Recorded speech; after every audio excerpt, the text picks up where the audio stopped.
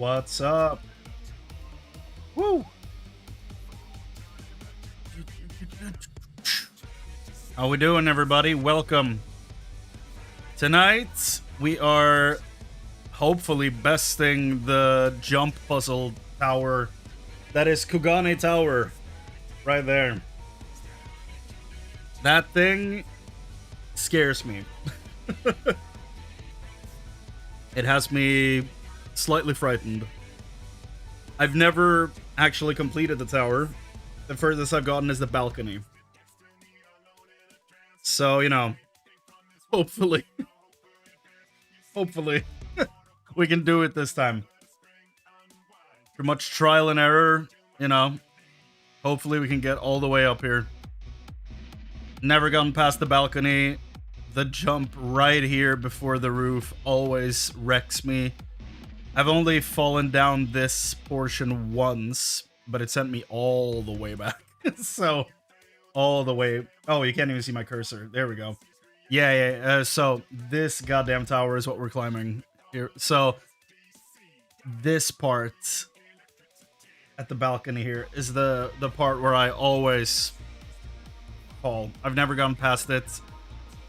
This section right here, I've only fallen off once, and when I did, I fell all the way down. So, yeah, it's not great. So, tonight, I'm hoping that we can get all the way to the top, but no promises. But I'll do my best. Do my best. Yeah. Okay. It's nighttime. That's gonna make it slightly more difficult, I think. Visibility being a bit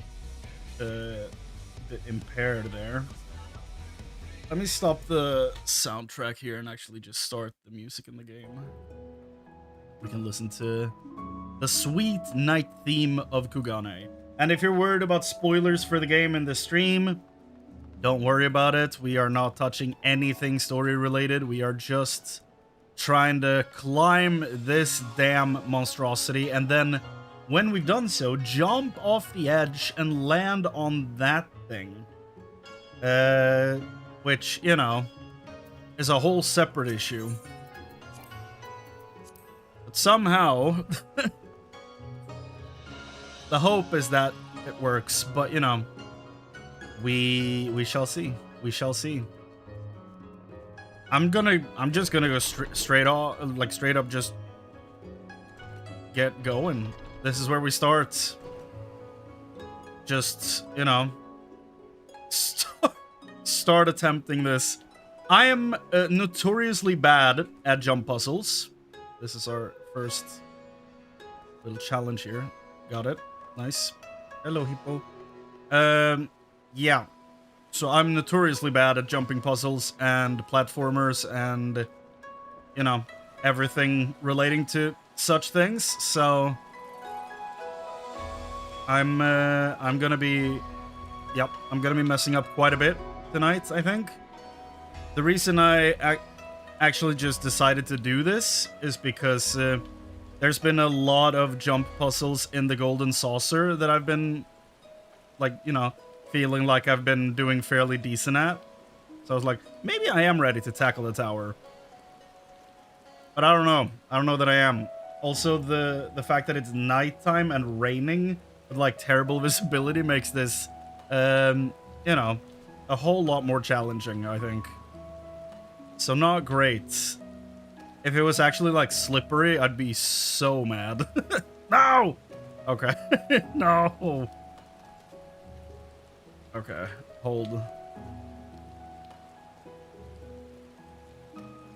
I also heard there's a... what? I heard there's a video from one of the creators in the Final Fantasy XIV space, who is called Pint, who makes great videos. I heard Pint has a video about climbing the tower, which I figure we can look at after a while if I either make it all the way to the top or if I get too tilted and, oh my god, and decide that I need a break. This, I was kind of flying through this part yesterday when I was trying to do this. Now I'm struggling. What if I just... what if I do this on the first try? It's not gonna happen, but imagine. Oh, hi! Since I'm not alone up here.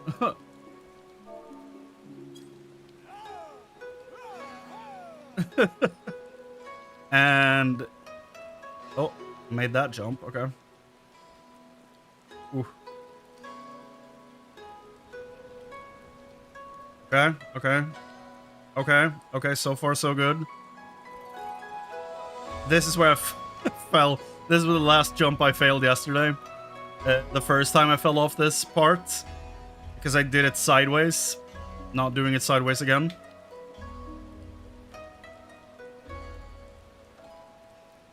Could probably do that one sideways, but I'm not going to.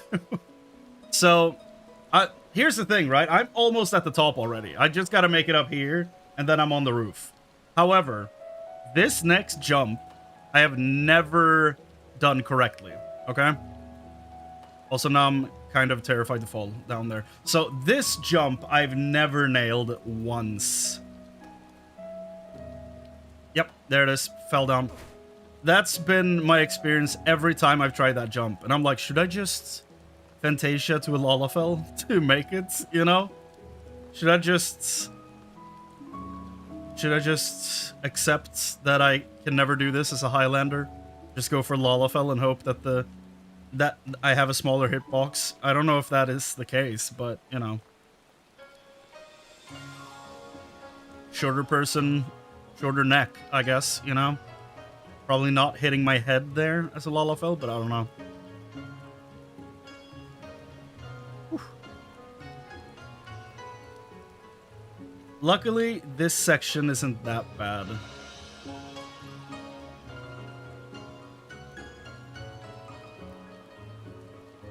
Whew.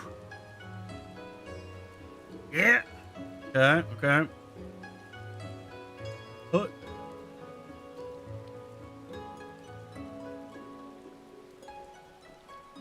Alright.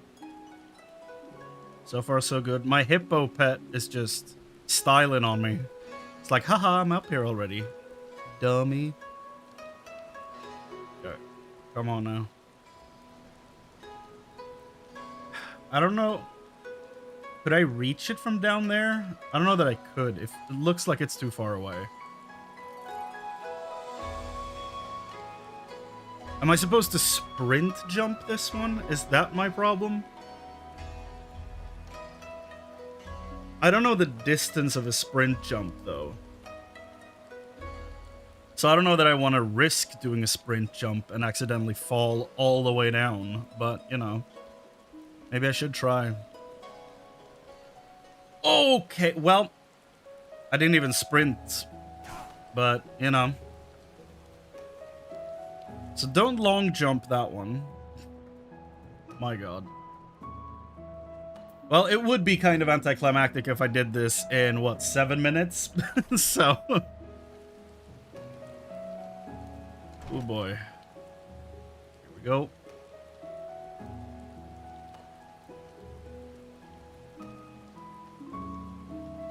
Well, okay. That's the first obstacle now. Getting back up.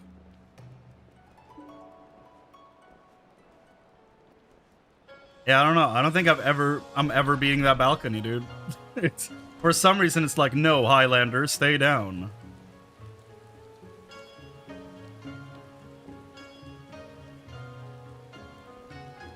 There we go. The hippo is starting to feel really mean. That's not his vibe. It would be more, like, funnier if it was Ultros staring at me whenever I come around a corner, you know? So let's send in Ultros.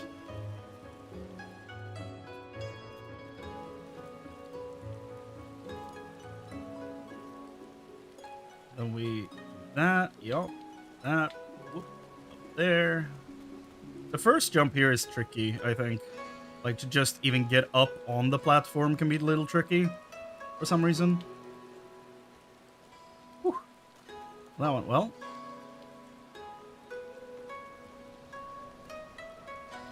Thing is, though, there's like... let me check here. There's like, what, 3 other jump puzzles like this? sightseeing. Yeah. There's this one in Stormblood that gives the 2, right? Getting to the top and then getting onto the lamppost. There's one in Endwalker in that hub, and then there's one in the hub of Dawn Trail. So there's at least 2 others that I still have to do at some point. I'm also missing a lot of sightseeing logs from Realm Reborn because they're like time specific, and I haven't really had the patience to get on that.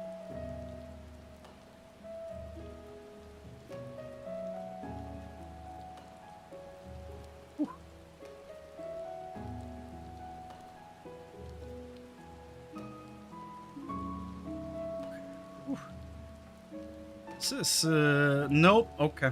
This is tense, I was about to say. And then I bumped my head again. Being a tall Highlander boy. Down, down, down, down, down, down. Do, do, do. Like, I know it doesn't affect the physics of the game, but the fact that there's rain when I'm doing this makes me a little, oh god, makes me a little extra stressed. So I'm like, the wood would be slippery. It's awful conditions to do this in. Oh my god. Going just full send on some of the jumps when I really shouldn't. Back to my ever trusty checkpoint there. Because if I fall down from here, at least I'm landing on this portion of the roof. Come on now.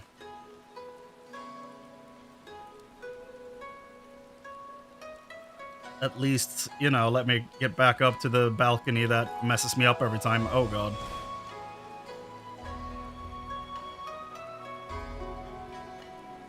I'll almost full sent that way too far. Okay, here we go. At least we have some good music to listen to. Some chill, nice Kugane music.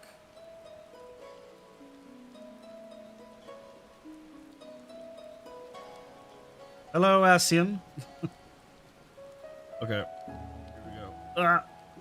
They're dressed like one of them, that's why. Okay, here we go. Ah! This section. Alright. Go. Oh god. They're about to show off. Or did they fall down? They fell down. Thought they were about to show me how it's done, you know? Okay. We're back to the portion where I always fail. Please? Nope. Every time. Every time. I don't know how I'm supposed to make that.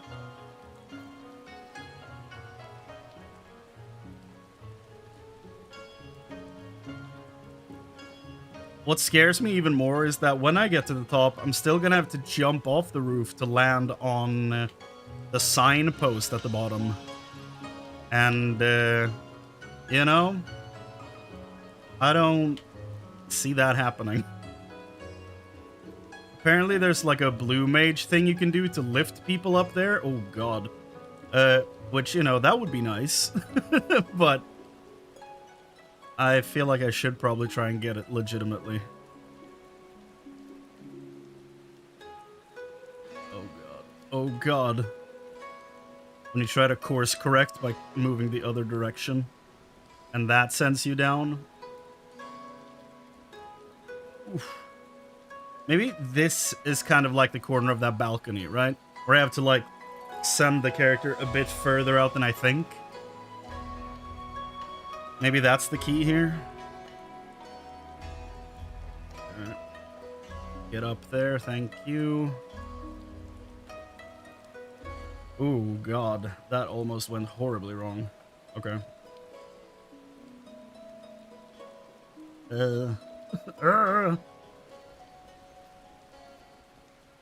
Here's the thing, right? In real life, I'm very, very scared of heights. As a kid, I fell 3 meters and broke my leg and my neck from a tree. So, heights, Oh my god. I'm there. Okay, hold on. How the heck am I getting out there, though? Oh my god. How the shit do I get up? Oh no, there's another beam right there. No, no, no, no. Oh my god. Okay, I'm on the roof 17 minutes later. What the shit? I thought this would be like an hour, 2-hour thing. Hold on. We still have to make it all the way to the top, though. Like, we're not there yet. How the shit do I... Okay, I just faced through that. Okay, cool. Oh my god. Oh my god. Oh my god. Slash look out. Oh my god. Oh, the sights we'll see. Number 1. Okay. The largest in Kugane, favored by local merchants and clock workers? No, dock workers. And foreign visitors alike. Guests may indulge in Far Eastern cuisine made with the freshest seafood while sipping on fine rice wine imported from Koshu, the main island of Hingashi. How the heck did I do this? What the hell?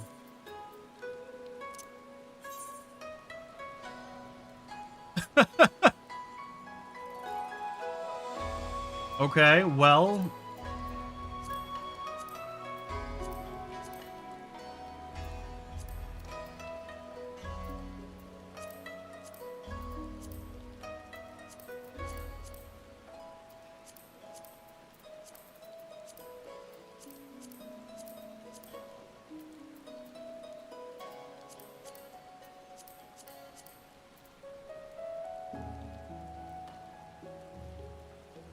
I don't fully understand how I made it already, but, you know, we still have the jump down to do. That's also part of this, so... Oh, God.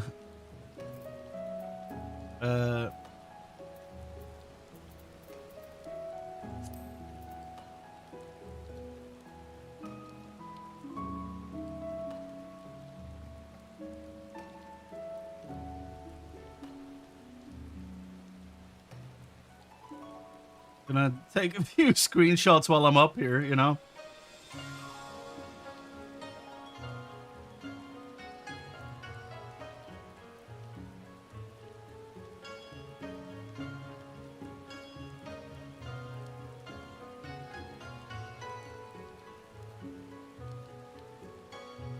My goodness.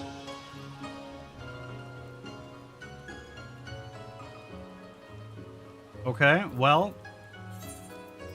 End grupos, sure. Okay, now comes the difficult part. How the shit do I do this? Do I... Okay. Like, I know it's around here, right? Yeah. Like, I need to land on that thing. So the question is... Do I full send it and just see if it works?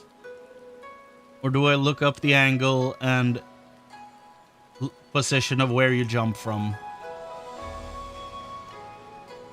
Because doing this in 17 minutes, kind of wild to me. Didn't expect to at all. But getting down there, oh god, do I really want to just full send and jump down there? Or do I want to look it up?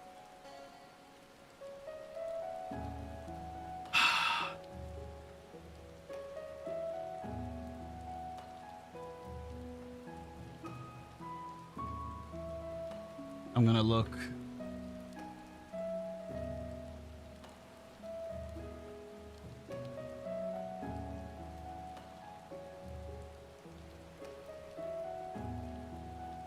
Let me see here.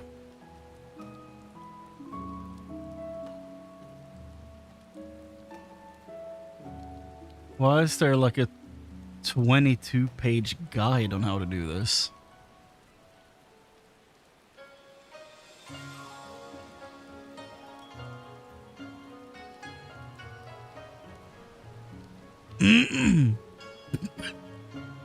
God damn.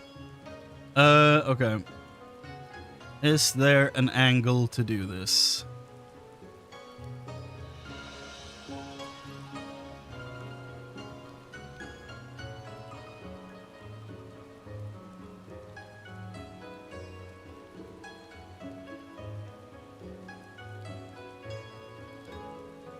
Okay, that didn't tell me anything.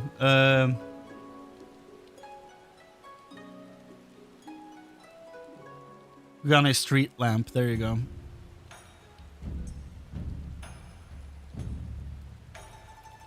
Line up target and pop sprint. Okay.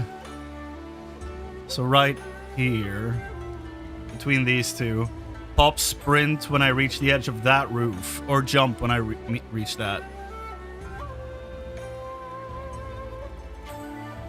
So I want to exit on the bright one. Okay. Here we go. All or nothing. That's way too early. God damn it. Well. Okay. So jump where the edge meets the roof is way too early. Or, you know, slightly too early. Guess we... guess we do it again. My god. At least it's daytime now, so we get some different music. Holy shit. Okay.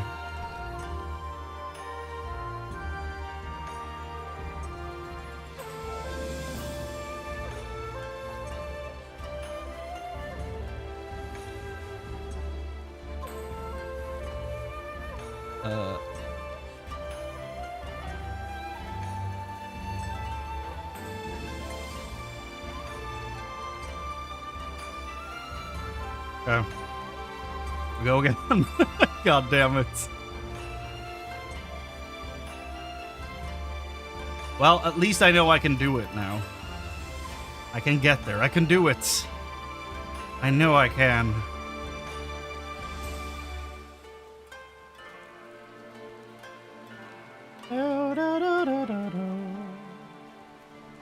Time stands still, hopes fulfilled. Now we go for freedom.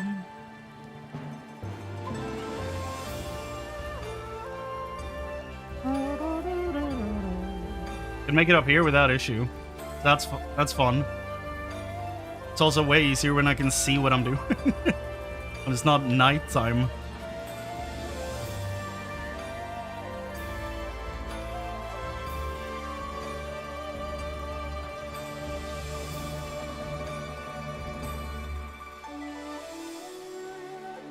Okay. God damn. Yeah, if I sprinted, I probably would have made that. Okay.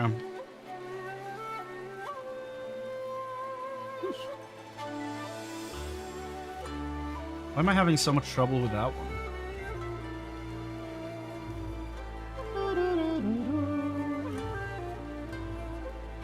I also heard a lot of people be like, legacy controls are key. I'm like, I cannot control my character with legacy controls.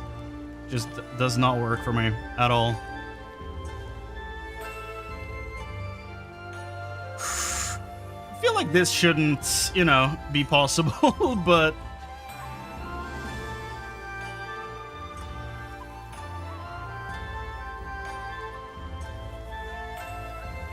Ooh.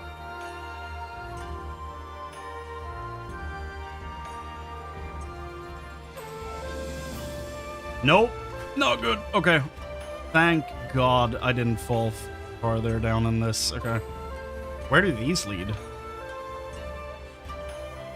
Wait. What? You can go from this direction? Or am I just being really dumb by even trying to? Okay. I'm back to my checkpoints. Come on. There you go.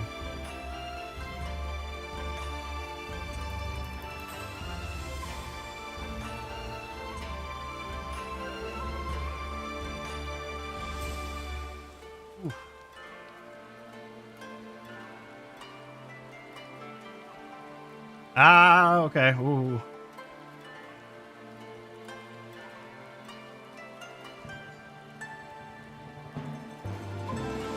Like, I'm lifting my legs and shit in real life, like, oh.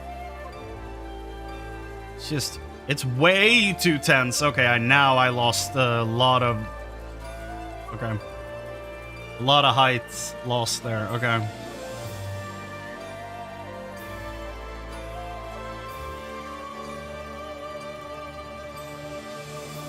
So the drawback of doing sideways is that sometimes you're like, oh god damn, okay. Sometimes you're like too far out on the side without realizing.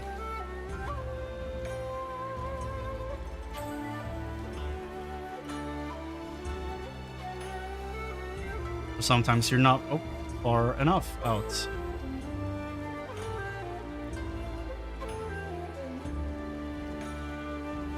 Damn roof.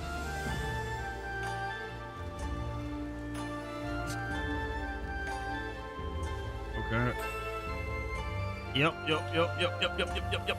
Here you go. Okay.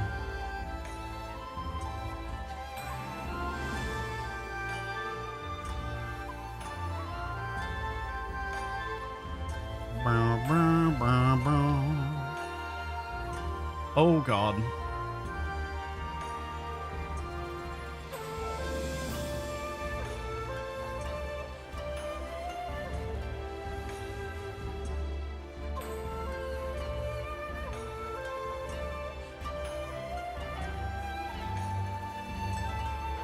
Okay, back to that portion. Ah, full send there. Ah, look at beautiful Kugane. Look how nice it is. Anime Japan. Anime Japan. Okay, here we go. Of our fallen brothers. Oof. I don't know why that felt like so close to not making it.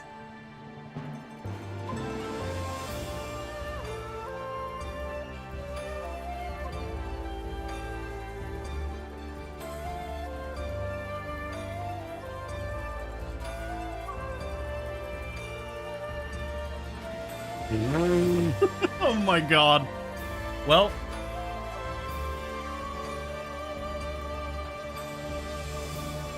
that is the worst part of this entire puzzle, I think. That jump specifically.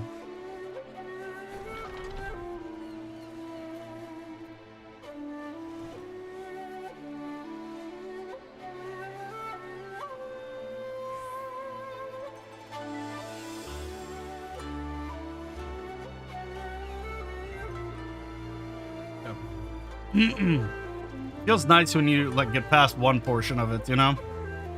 Suddenly you're like, oh my god, thank goodness.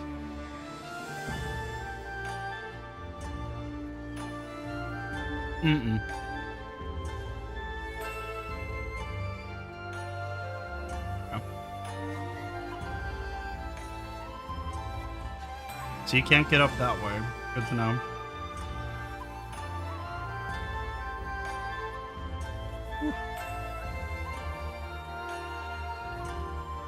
Tiles again.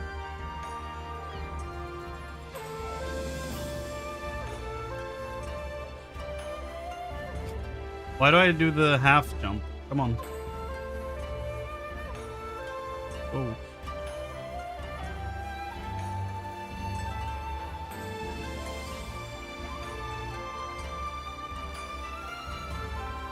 There you go.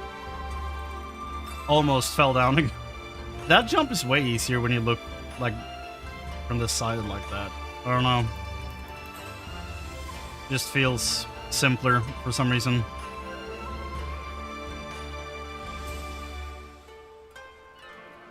Oof.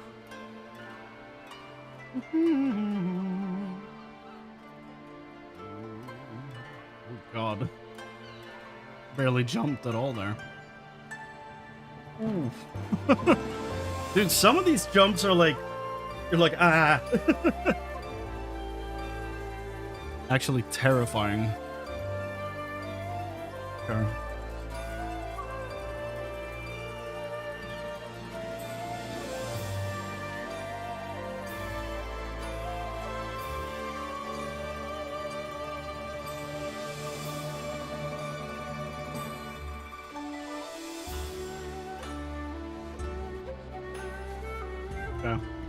We're back to my own personal hell.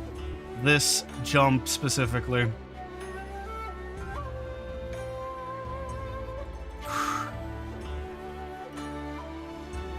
Oh my god. Okay.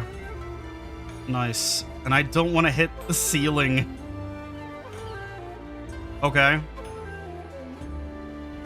Okay. Can I go this way? Yes, I can. Okay, good. That felt way better. Okay, how do we... I don't want to fall down here. How the shit do I get up? Like, do I have to jump on this piece? Yes, I do. Okay. Yes, I know, Ultros. Don't look at me that way. Oh, right, I don't need to go all the way up. Right. Well, we got back up again, so there's that. I can pose with that thing.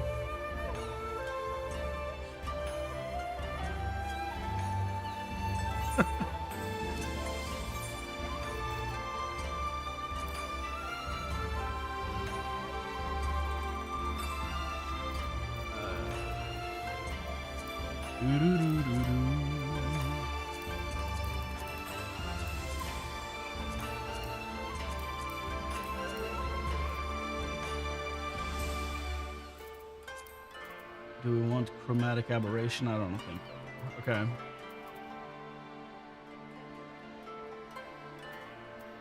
Enable depth of field.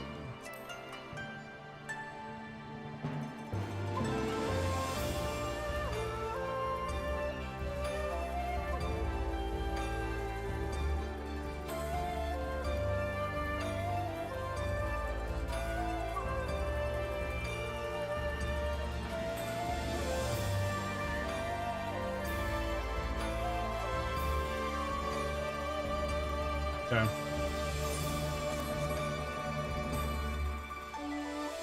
Okay, well, let's try that again. So, the second bright green one. So this jump where the edge meets the roof. Okay. Let's try it again. Please, please, please. It's not enough. It's not enough. Oh my god. It's gonna be my shortest stream. Oh my god.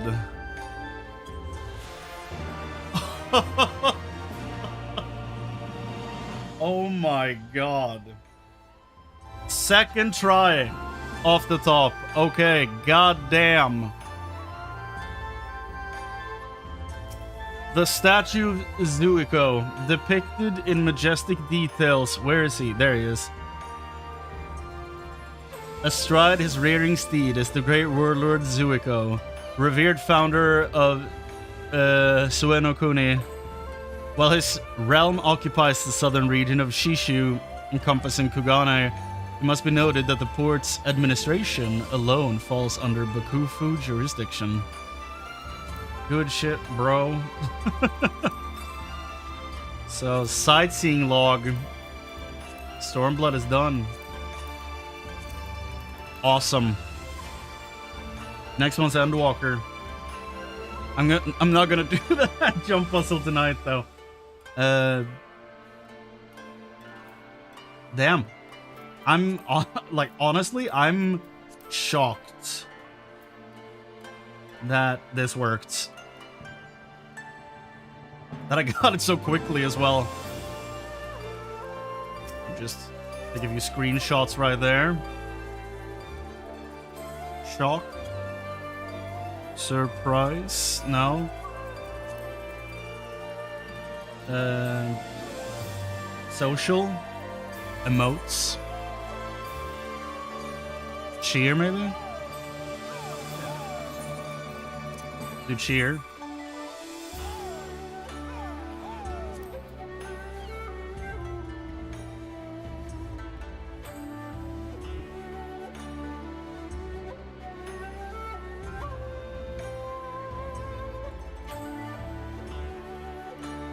It looks like I'm about to fall off this thing.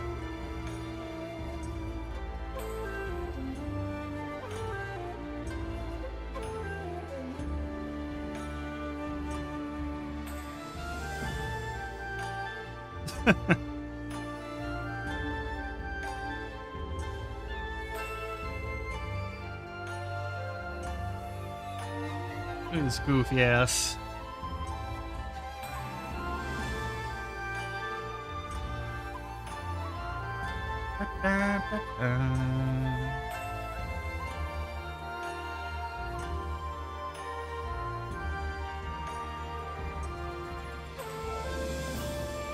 Oh my goodness. Somehow that worked. Honestly, I'm shocked at how quickly that went. I'm probably turning that into a video because what the hell? I thought we'd be doing this for at least about like 2 hours at the least. What the shit is Ultros doing?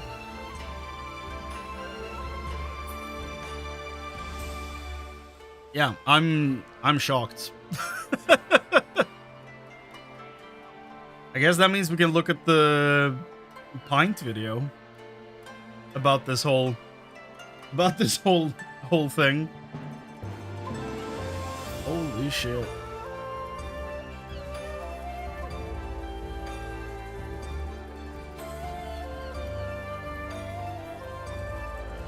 Let me check the thing first here. Hold on. I cannot believe it worked.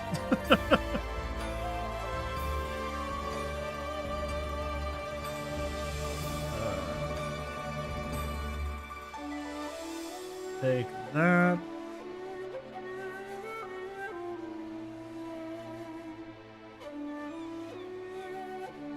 Yeah. Do this. Yeah. Somehow that worked. Don't know how. Didn't take long. Wasn't as painful as I thought it'd be. As soon as I figured out how to get through that balcony portion, whole thing just opened up real quick. So that was really nice. Let's see what Pint went through 2 years ago. God damn. Like, I already went in, gave it a like, because I knew Pint does good shit. So, video is pre-liked. So yeah, let's watch it. See this. It's one hell of a frame to open on. Okay. Let's see how Pint fared with all this tower climbing and stuff. Final Fantasy XIV is very popular for various reasons. And during its 500 hours of life-changing story, you meet amazing characters, become a little bit bisexual, and go to some rather cool cities. And one of these cities is Kugane. Hell yeah, it is. Home to the Kugane Tower and its infamous jumping puzzle. I somehow just beat this.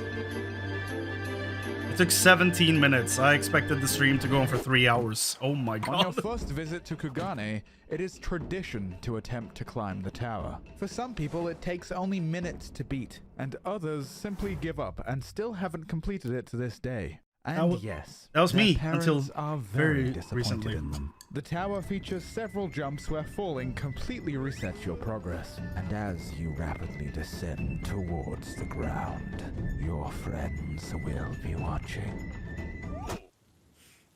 And that is where I come in. As Heaven's Sword had just finished ripping my heart out of my chest, you can't play Dragon Song to me, dude. Stormblood and arrive at me. Kugane. Yes. I've heard stories of this place. I'd hear my friends complaining about the tower and how hard it was. The dog in me was ready for a real challenge, and I would sniff it out. No matter the cost. Oh, okay. Oof. My first climb took me 16 minutes. A pretty respectable time. I was satisfied and confident that I was in fact good at video games, and that someday a girl might talk to me. As all the other streamers took over 16 minutes, here I was. Hey, it only took this guy 15 minutes. Oh, well, that's fine. It wasn't fine. Hearing my chat say this lit a flame in my heart. I am a very competitive person, and I could not let myself get bested by the likes of a live streamer. So the next day, I climbed the tower in 4 minutes. Are you happy now, Twitch chat? Hey, 4 Twitch minutes chat, is sick. Where'd you get those cool clothes, by the way? Oh, we got them from pint.gg, link in the description. However, I didn't stop there. I wanted to go even further. Which is where this gets interesting. Because that is when I searched the world record. Yeah. There is no speedrun.com How bad listing is for it? Kugane Tower. Just a billion dungeon Huh? speedruns no one cares about. But there is YouTube. And that is where I found him. What are we dealing 5 with? long years ago, there was one man. It's 9 years ago now. Kugane Tower. His name was Emo Otakon. Emo 3 Otakon. days Okay. after the release of Stormblood, he set the world record. 3 in just days? under a minute. And then, over the course of only a single month, he lowered the world record to 43.58 seconds. What the shit? A time that has never Ow. been broken since. I could find nothing to contest this time. Not Oh even my close. god. Emo Okay. Otakon was the undefeated champion since the tower's release. In those 30 days, he set a record that would stand for 5 years.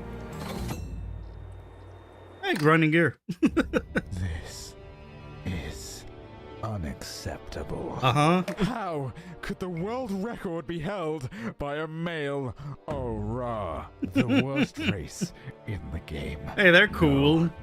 No. They're edgy as This hell, but they're title cool. belonged to a little guy, to Lally Ho, and Lally show the world how it's done. Well played.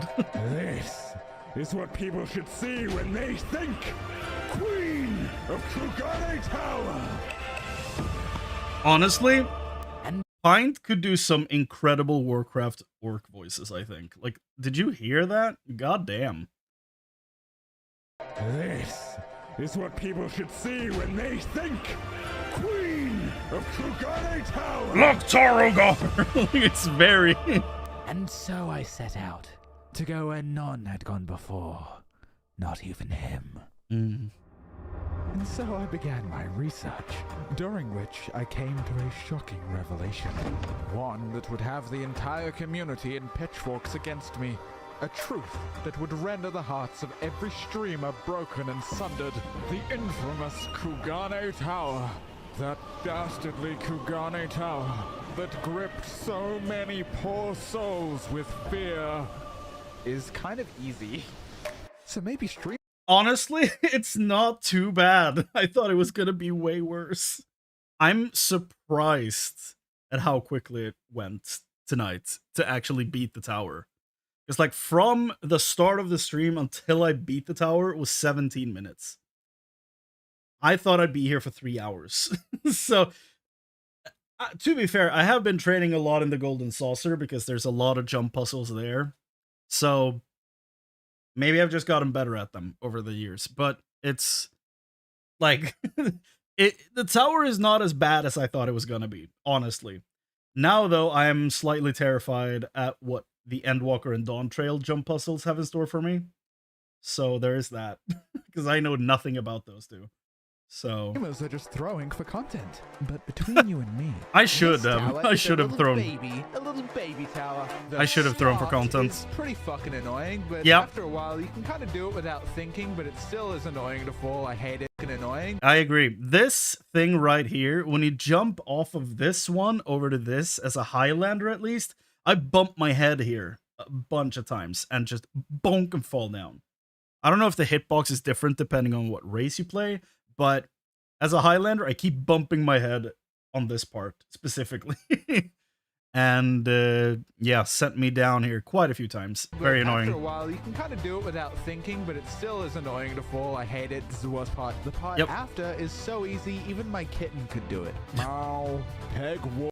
And for the next part, so easy. If you overshoot this, you can just, you know, if you're on the roof here behind this, you can just stand like here on the other side of the fence and just jump up on this pole from the other side and then jump up there. So it's not even my kitten not that bad. Meow. Meow. Peg wall beta might give you some trouble. Peg wall beta. The first peg is not fun. You can't go at it in a direct line. You have to come from the side. But outside of that, this part's fine. But the jumps have very little variance and can kind of be cheesed. On the top is the dreaded roof, which is just kind of weird sometimes. After that, there's Peg Wall Mini, which is for babies. Look at how easy this is. After that, the run starts to get a little more quirky. Peg Wall Alpha. Possibly the hardest part of the run. Really? Where most of my runs ended. Really? Peculiar spacing of the pegs. Well, I guess since he's doing this timed, I have fallen down from this part multiple times, but there is a checkpoint with the roof just underneath. So I guess I haven't felt, like, since I'm not speedrunning it, I haven't felt that punished by this roof, like this peg wall specifically, because it just sends me down to the earlier roof after the dreaded, you know, roof jump up from peg wall beta. Is that what he called it? The first one? Invisible walls all over the fucking place. And clearing this brings you to the shrimp. I've never fallen down. That is not true. I've fallen down making this jump at least once. I've never fallen down on this part. I have fallen down once making that jump because I did it looking sideways. Like having my character look into the wall and doing a sideways jump. I overshot it and missed. Bimbly section. Fuck it. The what? And clearing this brings you to the shrimbly bimbly section. Fuck Shrimbly, it, that's what I'm calling this. The shrimbly bimbly section? Yeah, a single misplaced jump will send you to the bottom. Yeah, that's what happened to me. Looks rather scary. The jumps are actually pretty easy. Yeah. And this will take you to the balcony. Screw this part. Where you need to quickly make a single tricky jump. I hate that jump specifically. Risking it all, hoping that you don't bump into this wall. Until the rooftop of the heavens. A place only God. Effectively T-posing all the way up. That was great. Look at how he comes up here. He's just T-posing. The rooftop of the heavens. A place only gods can know. You are safe now. And with some forgiving geometry, you are left staring at the clock as you complete some final, simple jumps. Whee! And if I could perfect all this, I could complete the tower consistently and quickly. If I could do that live on stream, thousands of people would be dazzled, marveled even, by my nimble feet and pure finesse. So now I just needed to break the undefeated 5-year-old record. Yeah. And luckily, I had a trump card. Dancer and Reaper. 2 classes that weren't in the game 5 years ago. In fact, Reaper was only added to the game earlier that week. And both classes allow me to dash. Epic Celeste reference. Dashing, it would okay. Shave off a couple seconds. Yeah. But horizontal movement only gets you so far. Because a lot of the run is about going up the tower and not fucking across it, idiot. To jump good, you have to sort of angle yourself into the wall. Yeah. Depending on the angle, your jump will be shorter. And that was it. No other tricks to improve the run. The rest would have to come down to pure skill. And so more prepared than my previous attempts, I climbed. And it paid off quickly. Will she do it? In my first hour, I got a time of 1 minute 28 seconds. By the second Not hour, bad. It was 1 minute 05.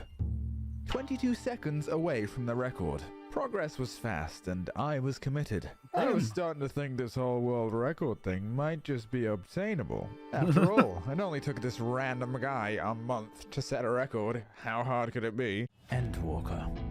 Arguably the best piece of content in Final Fantasy history. And it was released 5 days ago. While my friends explored new worlds, I was here. I love this song. Climbing. Random people watching. Like, Footfalls might be my favorite song in the entire soundtrack. It's so good. This singer, is it from The Architects, that guy? The guy who sings it? Holy shit. It's so good.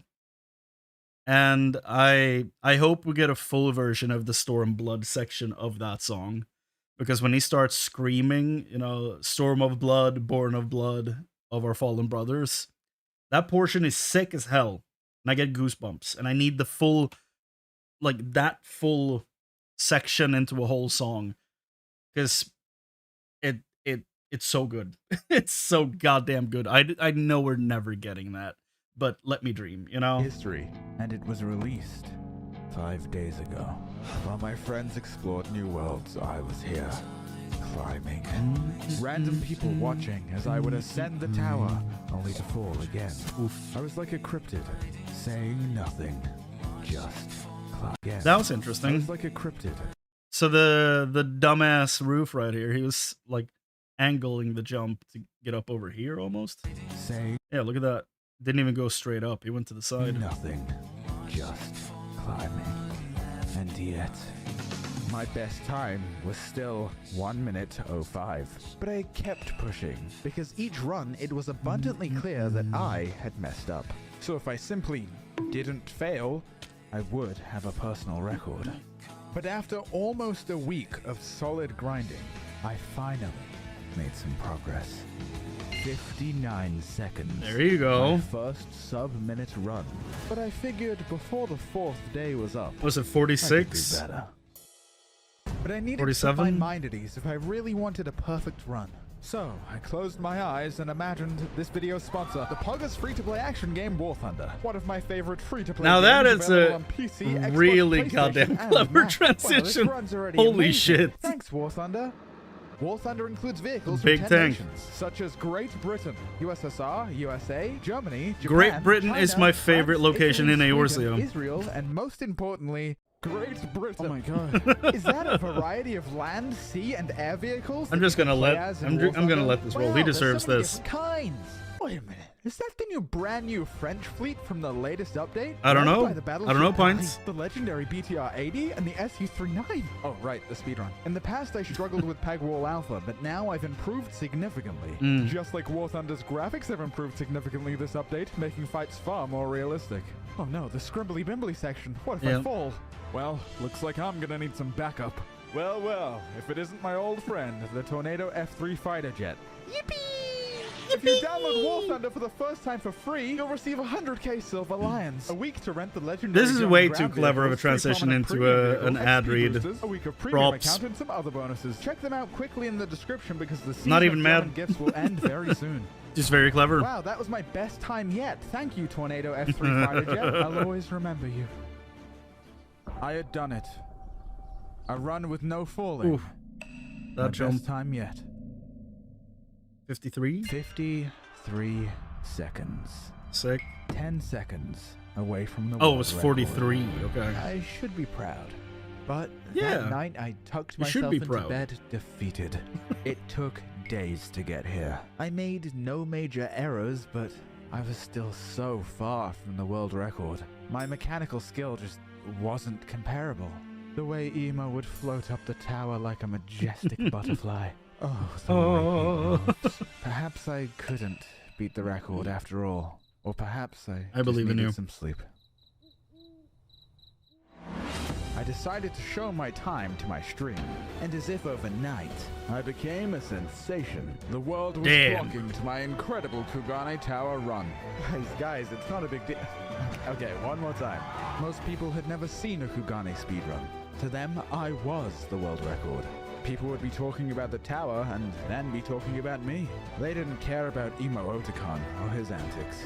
I was praised as the guy who does Kugane Tower really fast. But as it does, my Is that glory the faded character's full out name? really fast. Pint Frumpy Rat. Okay. I was like, huh? What is that name? But like, okay, now I see the vision. Okay, I see your vision. The guy who does Kugane Tower really Be good. fast. Fast, okay. But as it does, my glory faded into obscurity as the next big thing came and went. The story of Pint and Kugane Tower forgotten. And Oof. I moved on. Mr. Thancred, I Or don't at feel so least, good. That's what the world thought. In truth, I continued running Kugane Tower for days. There But you no go. matter how much time I put in, I couldn't get faster. I was simply not good enough. And so You can do I it. stepped down. And yet there was still a fire burning within me. The dog in me was still ravenous. I needed to be better. So first, I cannot hear someone say the word ravenous without thinking of Path of Exile 2 anymore. Because I did that boss fight so many times in Act 1 of Path of Exile. Where he's like, and I'm ravenous. Like dives into the arena and swipes at you. That's all, just so you know, where my mind is at whenever I hear that word. I know it's incredibly important. So, just want you to know that. That is what I think of every time someone says ravenous. a fire burning within me. The dog in me was still ravenous. I needed to be better. So first, I needed strength. I still had jobs that were underleveled, so if I leveled Dancer to max level, I could dash twice more. I needed spirit. This was going to take time. I needed to make sure my mind was balanced. I smelled the flowers. I raided with friends.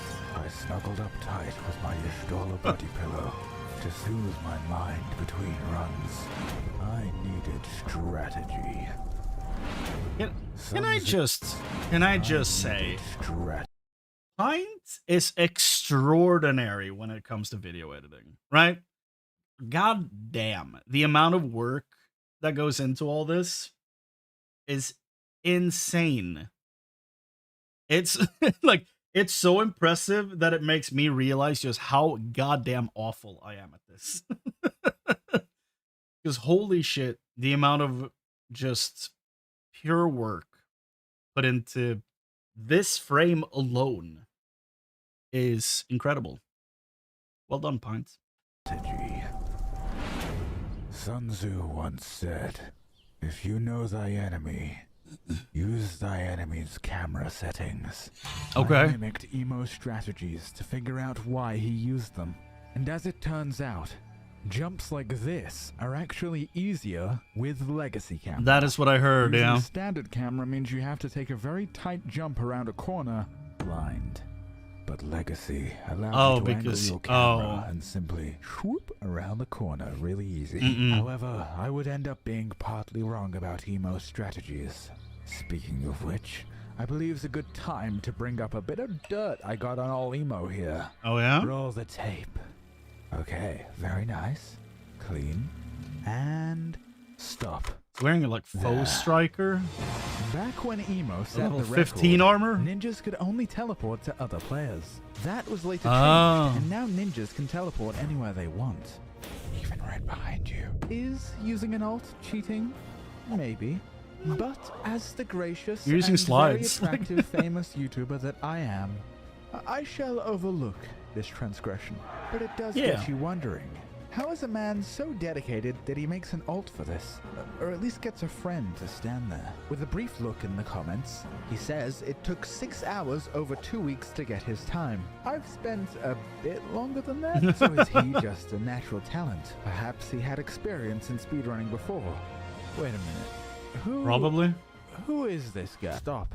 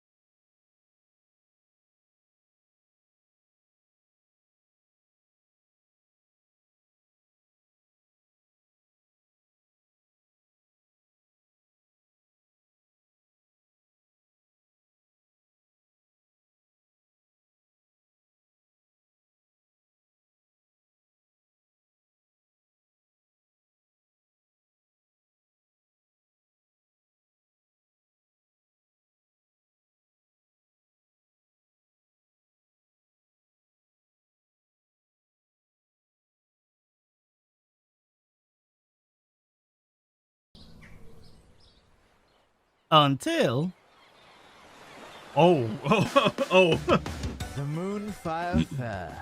A seasonal event that every year adds a new item and a questline. Yeah. But this year, it also added the Moonfire Tower. Oh, A yeah. jumping puzzle I only never touched available this. For the duration of the event. The tower was last added 3 years ago, in 2019.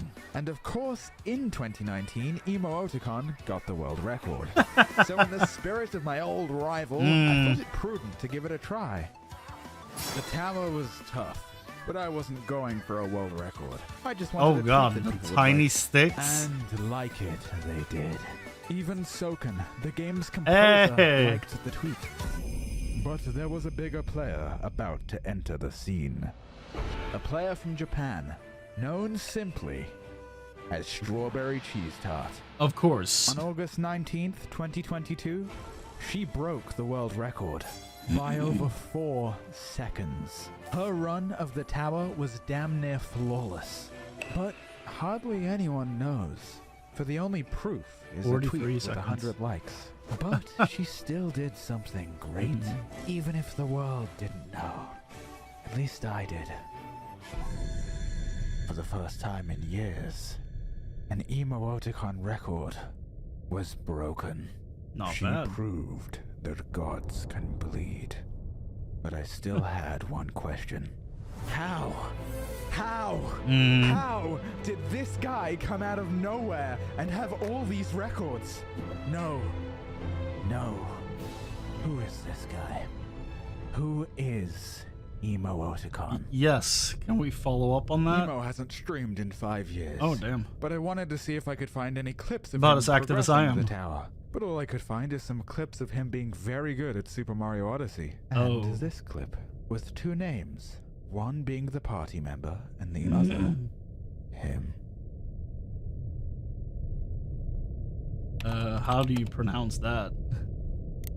Over the years in speedrunning, sometimes the greatest speedrunners are completely forgotten about, as is the case with Pydoix, who was one of, if not the best Ocarina of Time speedrunner of his time, before he mysteriously vanished. You may have also known Pydo as Shaden, a legendary Mario Odyssey speedrunner who dominated the game for months, leaving his competition in the dust before vanishing once more. So this dude goes to different games under different names, sets a bunch of incredible speedrunning records, and then disappears? What a legend. Holy shit. Who was this guy? What made him so special? And why did such an incredible speedrunner suddenly disappear and let himself slowly be forgotten over time? So this is who I was dealing with. My rival was a long-lost speedrunning legend. A previous world Ocarina of record holder Time. of Super Mario Odyssey and Ocarina of Time. And everything clicked. Wild. His camera was weird because he's using a controller. His times were Oh. so good because he's a prodigy with 11 years of speedrunning experience to boot. Oof. But perhaps the most curious thing about Pydoix is why he runs. He cares not for fame or glory. He does it for the passion of challenge, for the joy of breaking limits. And upon reflection, I considered, perhaps I was too focused on beating him, so concerned with comparing myself Nah. to someone better than me. You can do it. That I had become so sure that I didn't have what it took to beat him. And so on an early autumn morning, I told him, I will beat this. And after 3 years of silence, he responded. And I Yes. started climbing again. Yes. But this wasn't like before. Something had changed. That's It was so good. different. This time, I was watching season 7 of Better Call Saul, and over the past few months, this old I've dog only seen runs season some 1. tricks. I found more efficient spots to use my dashes and included Ninja's Blink. Blink here into Reaper Dash, use Peloton for a crumb of extra movement speed. Yeah. Dash here and swap jobs to remove Peloton. Peloton again here and remove it again Interesting. here. Dash on the balcony and then finally on the roof. This is the most efficient route for Kugane Tower. So now all that's left is to master it. And guess what I did on my first day back? 4 minutes.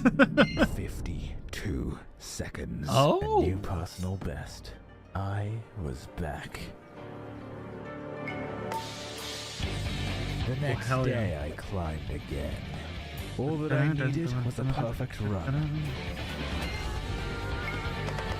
It had been a week now, and I still didn't have a time better than 49 seconds. I was playing more reckless, taking every corner as fast as I could.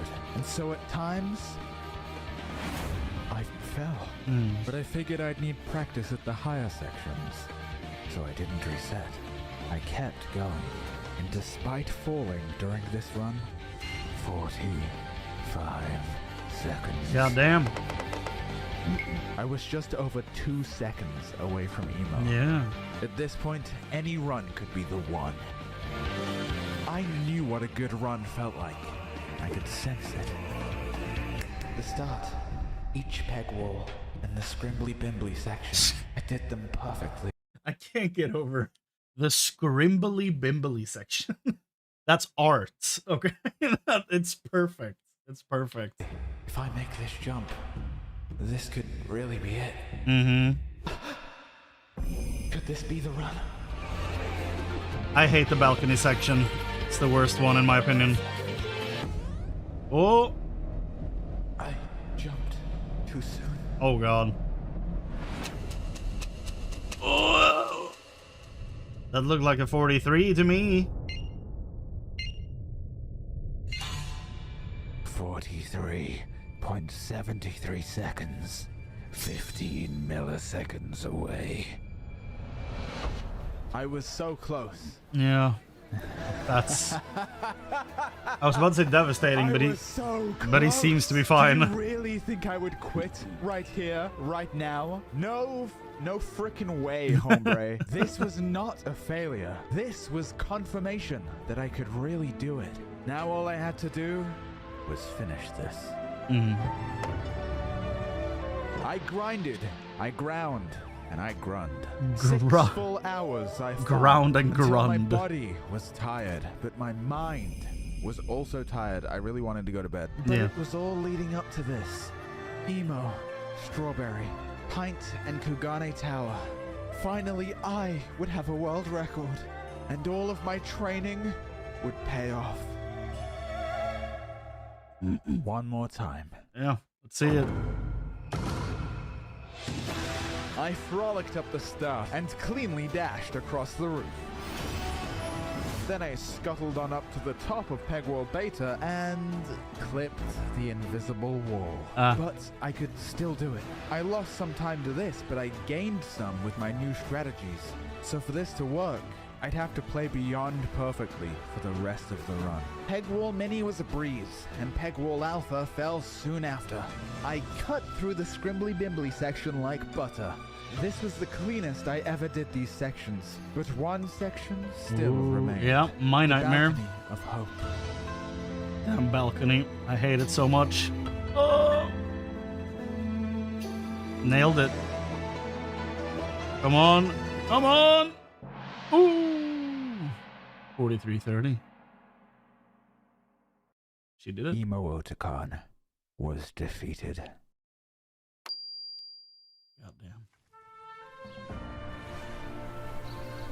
And I can finally put this tower behind me.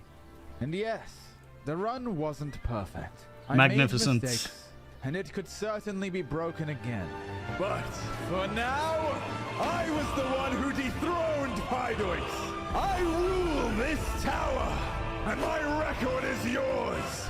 If you can take it, show me what you're made of! It's awesome. That's great. Oh, hey, why don't you head on over to pint.gg and get yourself a t-shirt or stickers or something. I worked really hard to make the clothes actually good. And if you buy one, maybe I'll make a plushie, as long as there's no jars involved. Also, I'm playing FF16 on Twitch. Okay, love you, bye. Okay, that was that was a quick ending right there. Goddamn. Holy shit. Okay, well, that was very impressive. Like, I know Pint makes really well produced videos. But goddamn, that was really good. That was really good. And apparently there is a follow-up to this. Let me see if I can find that. The fact that Emma Oticon was secretly a legendary speedrunner is the most anime thing I have ever seen. Yeah. Yes, comment. I agree. Emo. Kugane Tower. I don't know if I have the link to it, but I know roughly what it is because I have seen the title of this and it's kind of heartbreaking. so here it is. The video.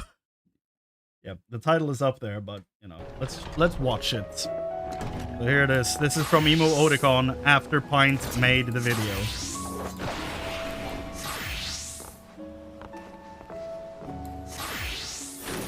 Wearing an elephant suit, because of course, why not?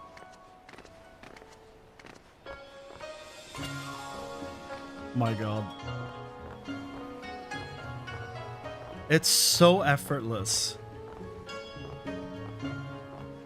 Not the scrimbly bimbly section. Oh god. Oh, okay. Just, yep. 3874. No.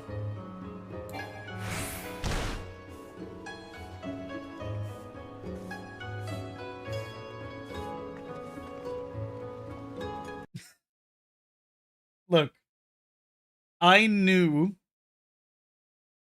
that Emoticon came back and beat the record. But that the absolute disrespect of this part. This is disrespectful. That's crazy.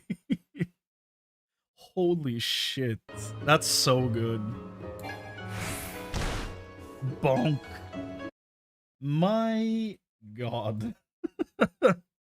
So apparently there is a follow-up to this whole thing. Reappears, casually destroys the new world record by multiple seconds, refuses to elaborate, leaves again. Dude came out of retirement just to retain his title. And then there's a comment from Pint. That's great. Okay, hold on, let me swap you over here. Boom. Huh? GG, you absolute legend. I'm genuinely so happy to see this. You're incredible. That's great. That is great. I mean, we might as well watch part 2. Let me see if I like how much space I have on my hard drive to record more, because I am like dangerously low on space on my hard drives and I need to do something about that. Which means, you know, basically I need to start editing a lot. How I broke FF14's most famous world record again. Let's watch part 2 of Pint's Kugane Tower journey, shall we? Let me see here. We can if we can get this running, I'm gonna give him a like, and then we hold on. Screen cap. Boom. I awoke at 4 a.m. in Paris. The night prior, I just uploaded one of my most successful videos ever, where I broke a 6-year-old undefeated world record and became the fastest person in the world to climb the infamous Kugane Tower. Hell yeah. I checked my phone to find that the world record I just spent 5 months grinding to achieve had been obliterated in only 24 hours. Yeah. Oh, shit. And who was it that beat me? None other than my old rival. Yeah. The man whose record I took. Emo Oticon. The man who all along was using a cover name for his true identity as Pydoix, one of the most renowned and feared speedrunners of his time. He had world records in some of the most competitive speedrunning games ever made. He took my crowning achievement in a single day, and he did it all wearing a fucking golden elephant costume. Yeah. I had picked a fight with the wrong man. The sheer And the disrespect. world took notice. News just in, Pint's Kugane Tower record broken in only 24 hours. That was literally the next day. The vid was posted 10 hours after Pint's vid, not even a day. That's the most twisted and sick shit that I've ever seen. Yeah. This dude got beat by 5 whole seconds. Reports are showing the bozo has been cooked. That is such a sad story. Dexerto articles. PC Bozo Gamer has been articles. I don't cooked. know how you do it, but it is so fucking fun. The masses created memes. The reactors, well, they reacted. Mm. Even my cool-ass grandma saw the video. Pint, you've disappointed me again. Yeah, I know, I'm sorry. In only a mere 24 hours, That is how it everything goes. I worked for was torn down. And Emo Otakon only had one thing to say. No, I didn't even see that in the. I watched his run again and again, and I just couldn't figure out how he did it. His Yeah. jumps were inhumanly perfect. He was not only better than me, but he knew something I didn't. But I couldn't figure that out now. I was in Paris after all, so I tried to enjoy my day as best as I could, surrounded by French people. It was only later that evening, once I'd returned to my hotel room, that I finally realized, oh, this is actually like way fucking better. As the news hit, my video was blowing up. Emo Otakon's return and my pathetic failure were the perfect ending to the story. In truth, this was the biggest victory I could ask for. It became a cultural moment, a legend to be remembered The forever. video is close to Emo 1 Otakon million, and by the I way. had become history. So what if they call me Piss Baby Pine? It has a ring to it. All of that pales in comparison to what I got in return. Big fucking views. Are you the Kugane Tower guy? Oh yes, that's me. Holy shit, you're like my hero. Would you like an autograph? Pint, Huh? will you take the record back? Oh no. That's devastating. In truth, little one, I'm not sure I can. The new record was damn good. It took Yeah. me months to beat it by a fraction of a second. Doing 5 seconds better was unthinkable. Unless some new tech came to light, it seemed impossible for me to beat. But you know what else? There's other things I want to try, and I don't want to make a second Kugane video. That's impossible. I'd never do such a thing. I was happy leaving the legend as is. If I was gonna make a return, it would have to be big. Like Kugane Tower.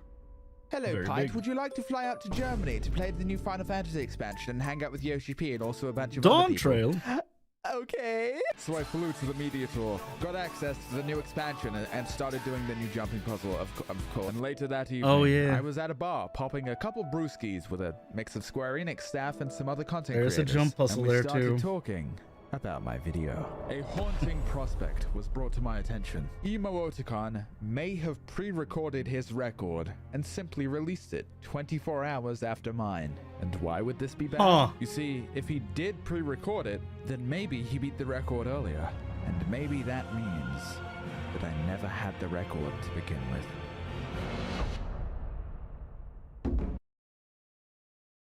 But wouldn't you be able to tell based on the Reaper and Dancer dashes? Like if Emo Otakon did the dashes in the same place as Pint? Isn't that like how you could tell if it basically tell if it's pre-recorded or not? Like if it's the exact same moves? Like, yeah, sure, they could come to the exact same conclusion, but how likely is that, you know? Just a thought. Just a thought I had. I've began by analyzing his footage, and I found the discrepancy that allowed him to be so much faster. You see, very often in speedrun games, you can bind your mouse wheel to jump, allowing you to perfectly jump the frame you hit the floor. Now in Final Fantasy, you can't bind it to a mouse button, but what you can do is add jump to a macro 10 times. Spamming this button will now allow me to send a jump command every server tick. However, there was another problem. I am British. Which isn't the problem, to be clear. Because I play on American servers, I often experience a phenomenon known as... You play on US servers and you still had that time? That's crazy. I'm lagging. I swear I'm lagging, guys. I'm not bad at the game. I swear it's my ping. Guys, and in regards to my Kugane Tower runs... Pint, you would have incredibly... Oh, you would have such a better time if you did this on EU servers. What do you mean? There's only one way to combat this. Make a second character on the EU servers. Head on down to then the box boost? station and buy yourself No. a character story boost, which is on sale in this footage, but wasn't on sale when I bought it, so fuck me, I guess. Also, buy all the jobs that you need to climb Kugane Tower as fast as possible, and you're looking at about $60. Yeah, okay. You made way more than that from the first video, so that's, yeah, This you're purchase fine. financially crippled me, which is why I got this video sponsored by Crystal of Atlan, the hot new MMORPG with magic. Get that punk. bag. I read the script wrong. With Magic Punk, a unique world where magic and technology seamlessly intertwine, creating stunning landscapes, jaw-biting, nail-dropping combat, and Waifus? anime girls. Yeah. No. I know. Choose one of 20 different classes. For example, the swordsman, The Manchester. the puppeteer, Glimbus, the gunner. Take any one of these bad boys out into the wild. Feel the exhilarating rush as you seamlessly pivot between aerial attacks, swift combos, and effortless mastery. This is, and at the end of you the know, day, sit back and wild. marvel at the atrocities you've committed against innocent forest creatures. And if your war crimes have you feeling lonely, bring some friends along and do some co-op dungeons. You have friends, right? And you, yes you, can play today for the beta test of this game. You have until the 5th of March to... like, sidebar, it's so difficult to get people into 14. Holy shit.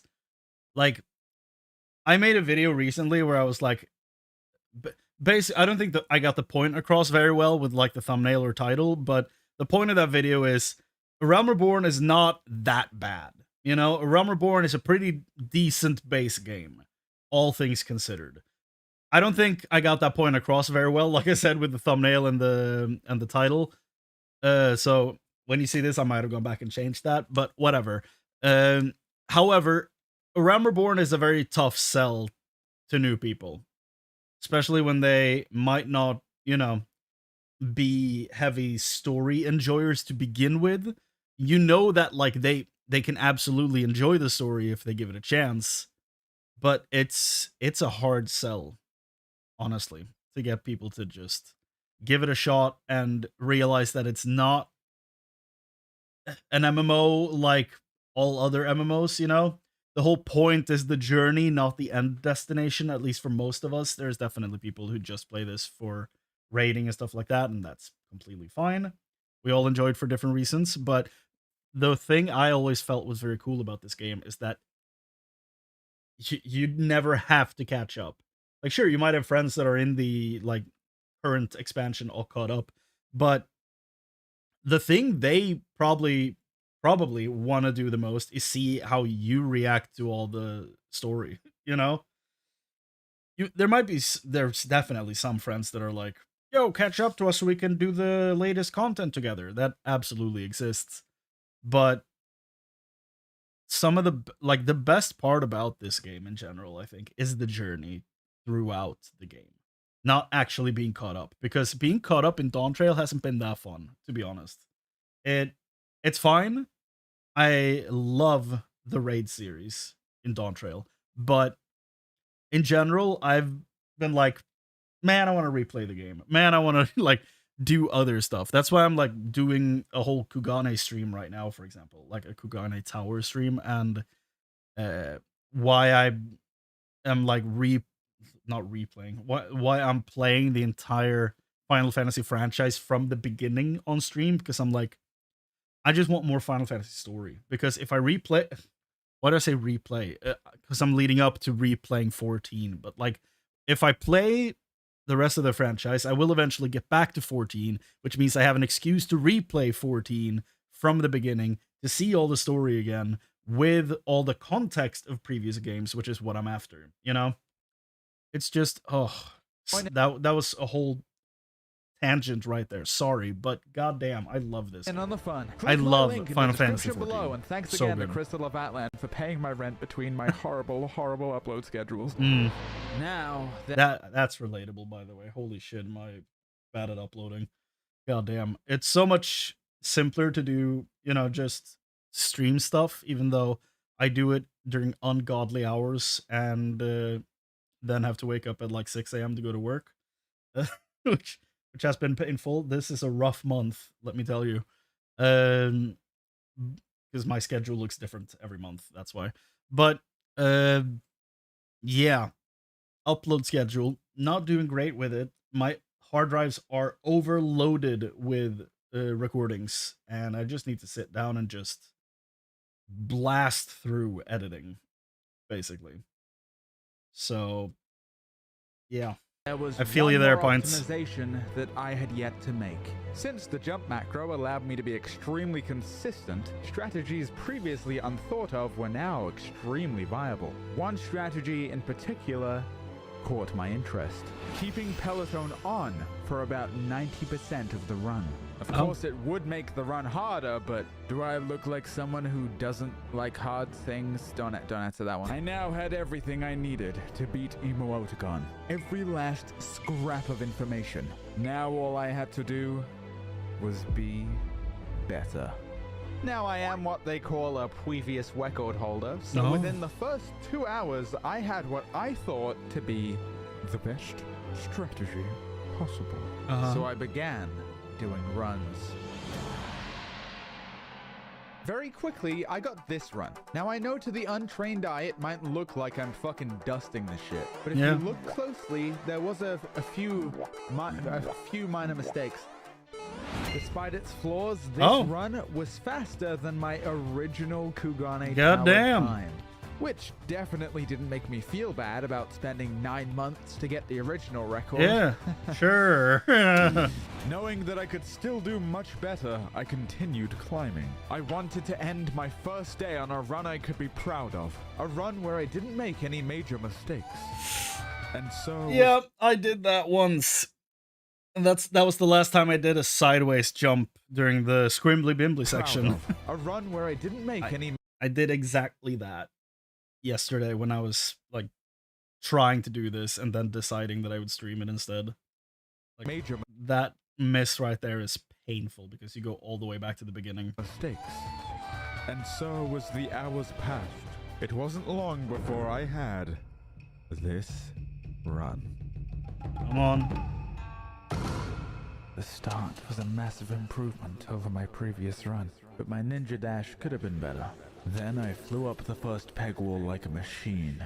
Every single jump, perfectly calculated. Peg wall alpha was nothing to me. In the Scrimbly Bimbly section, Yeah. pathetic. The balcony of hope falls. Yeah. As I ascend, and upon the roof, utter perfection. What's the My time? time.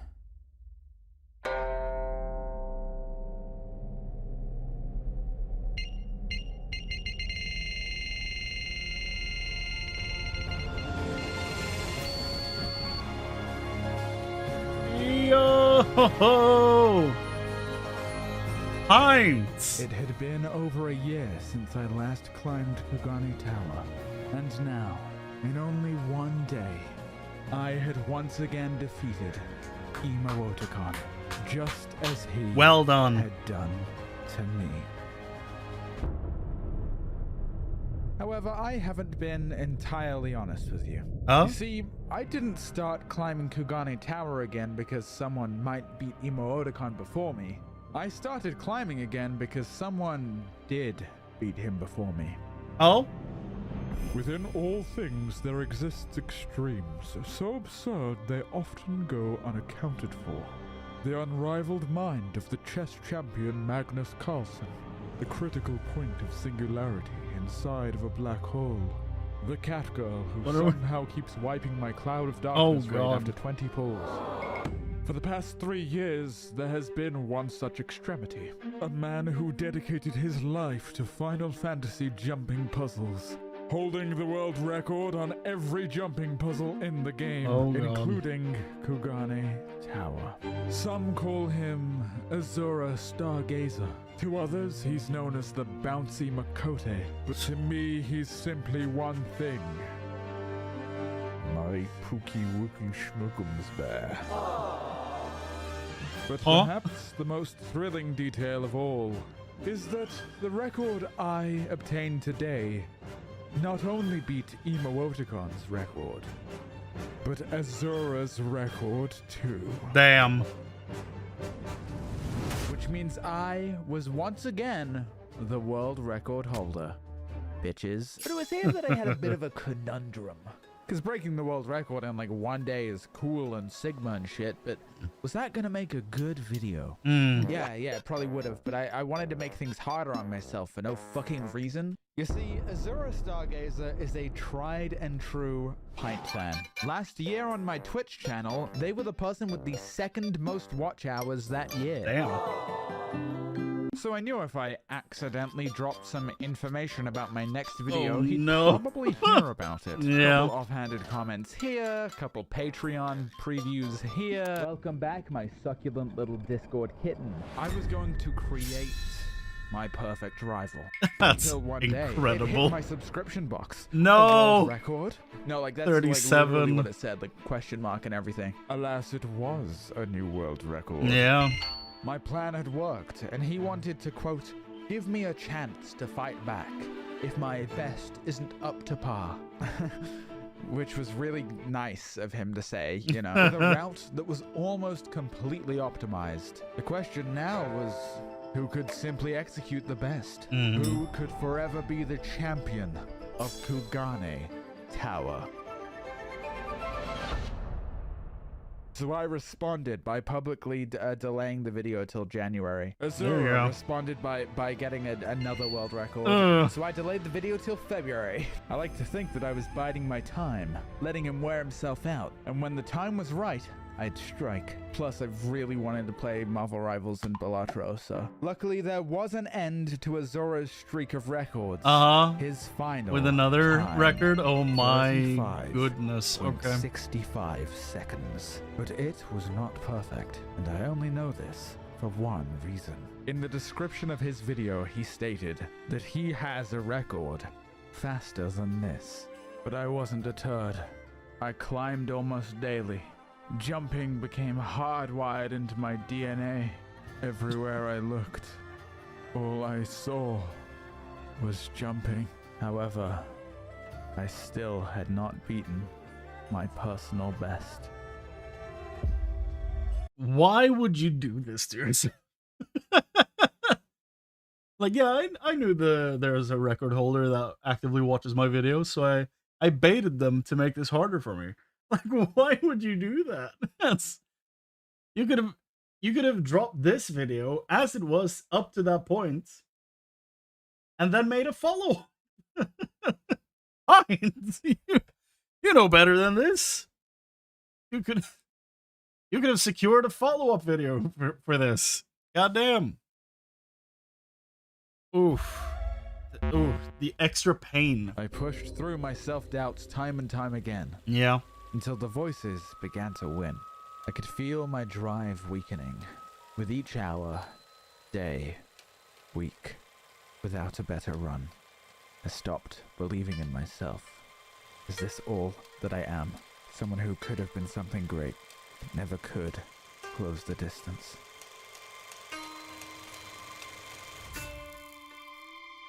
And as I was looking for something, anything to inspire me, that's when I saw it. Deep in the comments of Azura's speedrun videos, That's very red. a familiar face, Oh? Emoticon, Yo! was still active. It seemed he was no longer competing, but he is watching Is it supposed to be But this red? something Okay. Azura said to Emo caught my By the way, is this at, like actual eye. highest? His secret run had broken the 35-second barrier God damn. and achieved the first 34-second time in history. The God Run. Azura Stargazer is truly an incredible runner, and his work goes underappreciated in this community. But some part of me thought, I can still do this. Until I saw this.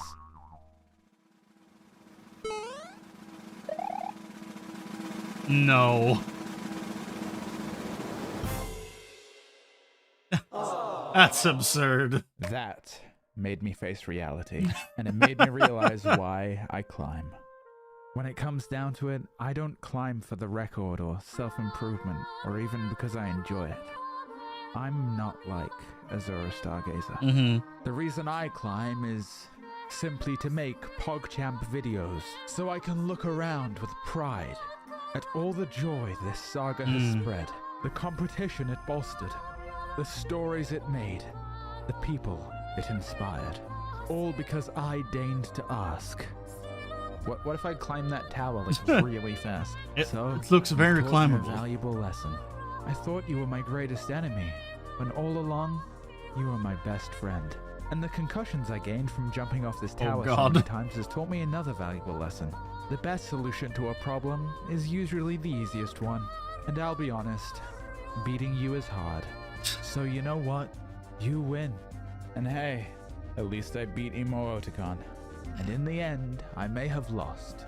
But at least I tried. And I think at the end of the day, I'm proud of that. So go ahead, Azura. Show the world your ultimate time. Show the world the pinnacle of jumping skill. Damn. Well, there it is, I guess. Look at that. Well, that was not the ending I expected. God damn. Holy shit. That was a journey and a half. I fully expected Pine to just, like, you know, fully commit to this and actually try to, like, destroy. What was the person's name? Azure or something? I don't I don't know. Goddamn. Holy. There's yeah, I don't know what to say about this besides just the dedication it takes for, like, with speedrunners to do this is so goddamn impressive and also terrifying, because I do not have that dedication in me, you know? I don't know what brings a person to the point where they can do this, but it is impressive. But I also know that I don't have that bone in my body. Like, I'm surprised. Oh, sorry, bumped the mic. I'm surprised I made it to the top of the tower to begin with, right?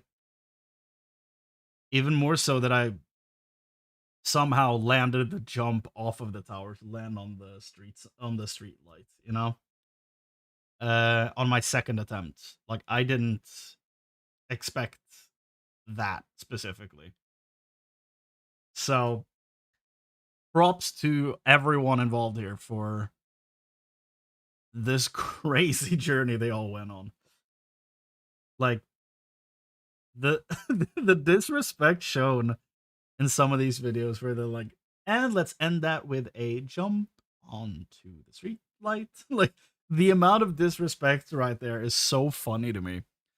But goddamn, props to Pint for the videos, because holy shit, there is so much work that goes into making anything resembling what she puts out. Like, it's insane.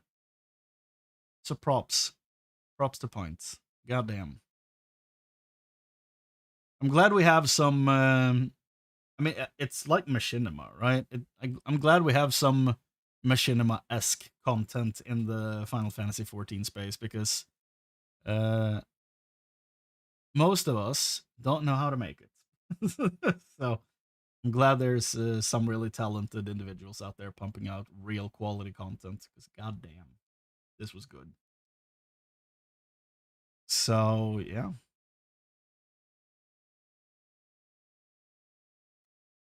Do we go back to the tower?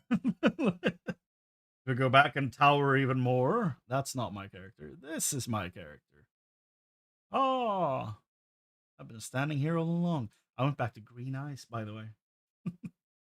Had orange eyes for quite a while, but I'm back to green. Looks better with my character, I think. Yep. Well, that was the Kugane Tower pint videos. Goddamn. Good shit. Some good shit. Well, that's the YouTube recordings, I guess.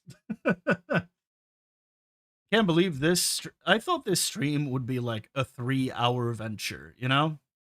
I thought we'd be here forever. But apparently not. I thought this would be like, you know. I thought this would be a journey that took me hours to complete. But somehow it just flew by. I don't know how. But goddamn. It worked out so well. It was so easy. Not really, but holy shit. It went so much faster than I thought. And then I did this part as well. It's sick. Absolutely crazy work. And I don't know. I don't have that much else really that I want to cover in this stream. Maybe I want some audio. I don't have that much else really that we need to cover for this stream, I don't think. Let's look around a little bit.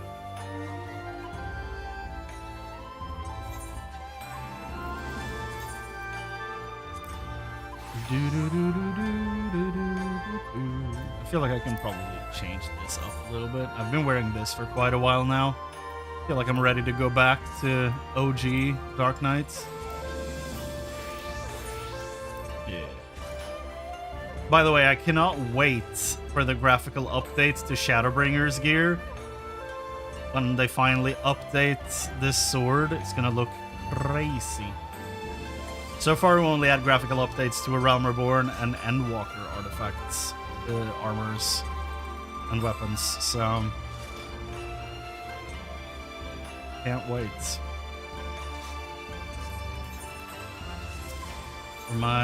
Yep, they are done, ready for the next wave. So close to getting my third retainer to 100.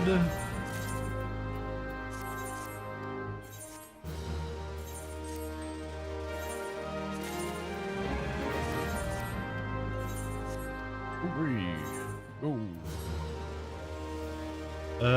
851. So there's like I'm farming tomestones for the event right now, so there's another gold saucer thing happening in 9 minutes. We can probably go do that. Because the tower's done. We already beat the tower. Crazy. Crazy work, truly.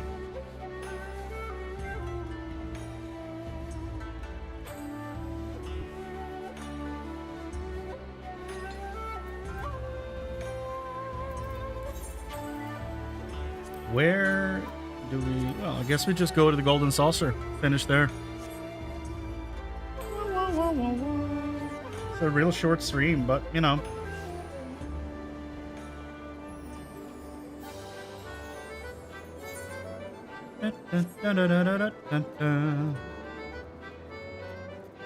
Okay, these two have been here for over 24 hours at this point.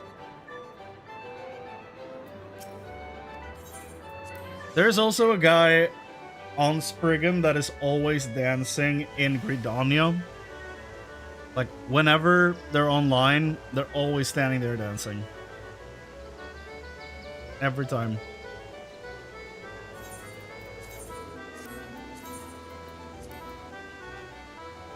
I feel like I need to rework some of my glams a little bit.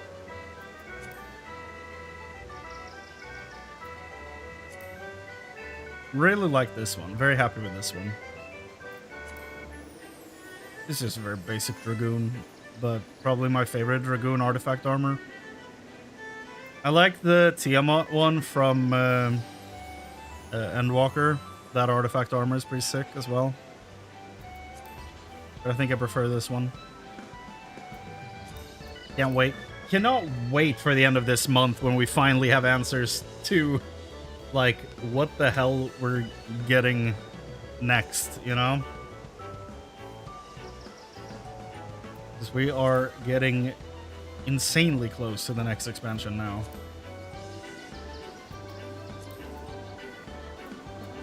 King Bradley from Full Metal Alchemists.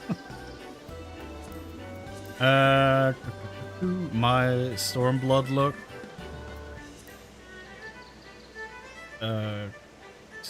Katana Man, Sword Man from Chainsaw Man. What's up, Pexi? 6+ months at least. Yeah, the Japanese Fan Fest is in. It's on October 31st, so it is at least. It's mid, like at the very earliest, it is mid-November. If they're like 2 weeks away from release, we have Fan Fest. You know. That's being insanely optimistic. If it comes out this year, it's at the earliest mid-November. So we are still quite a ways away. But, you know. And, yeah.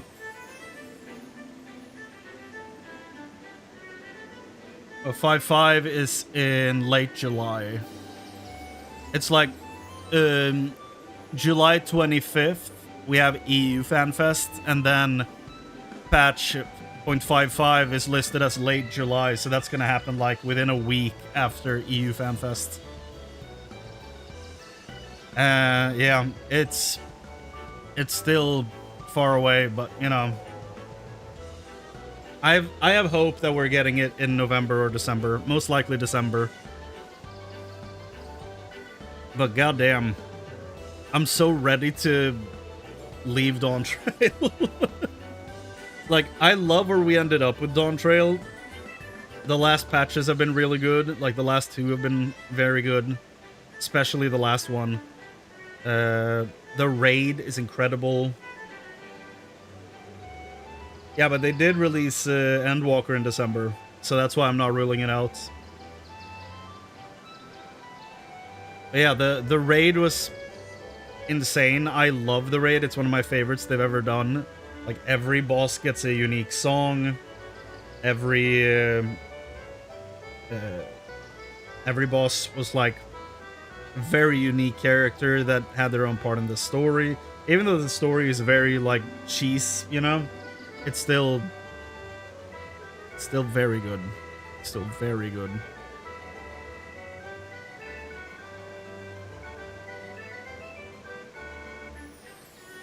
Yeah.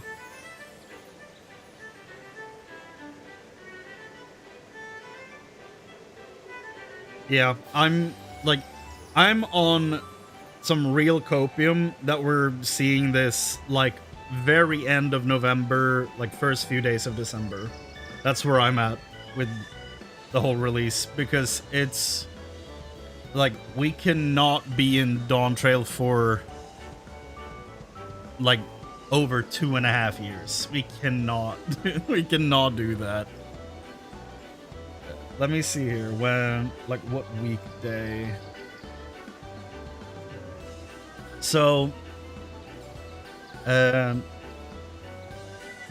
if we go to, let me see here, because NA Fan Fest is in, what, 3 weeks?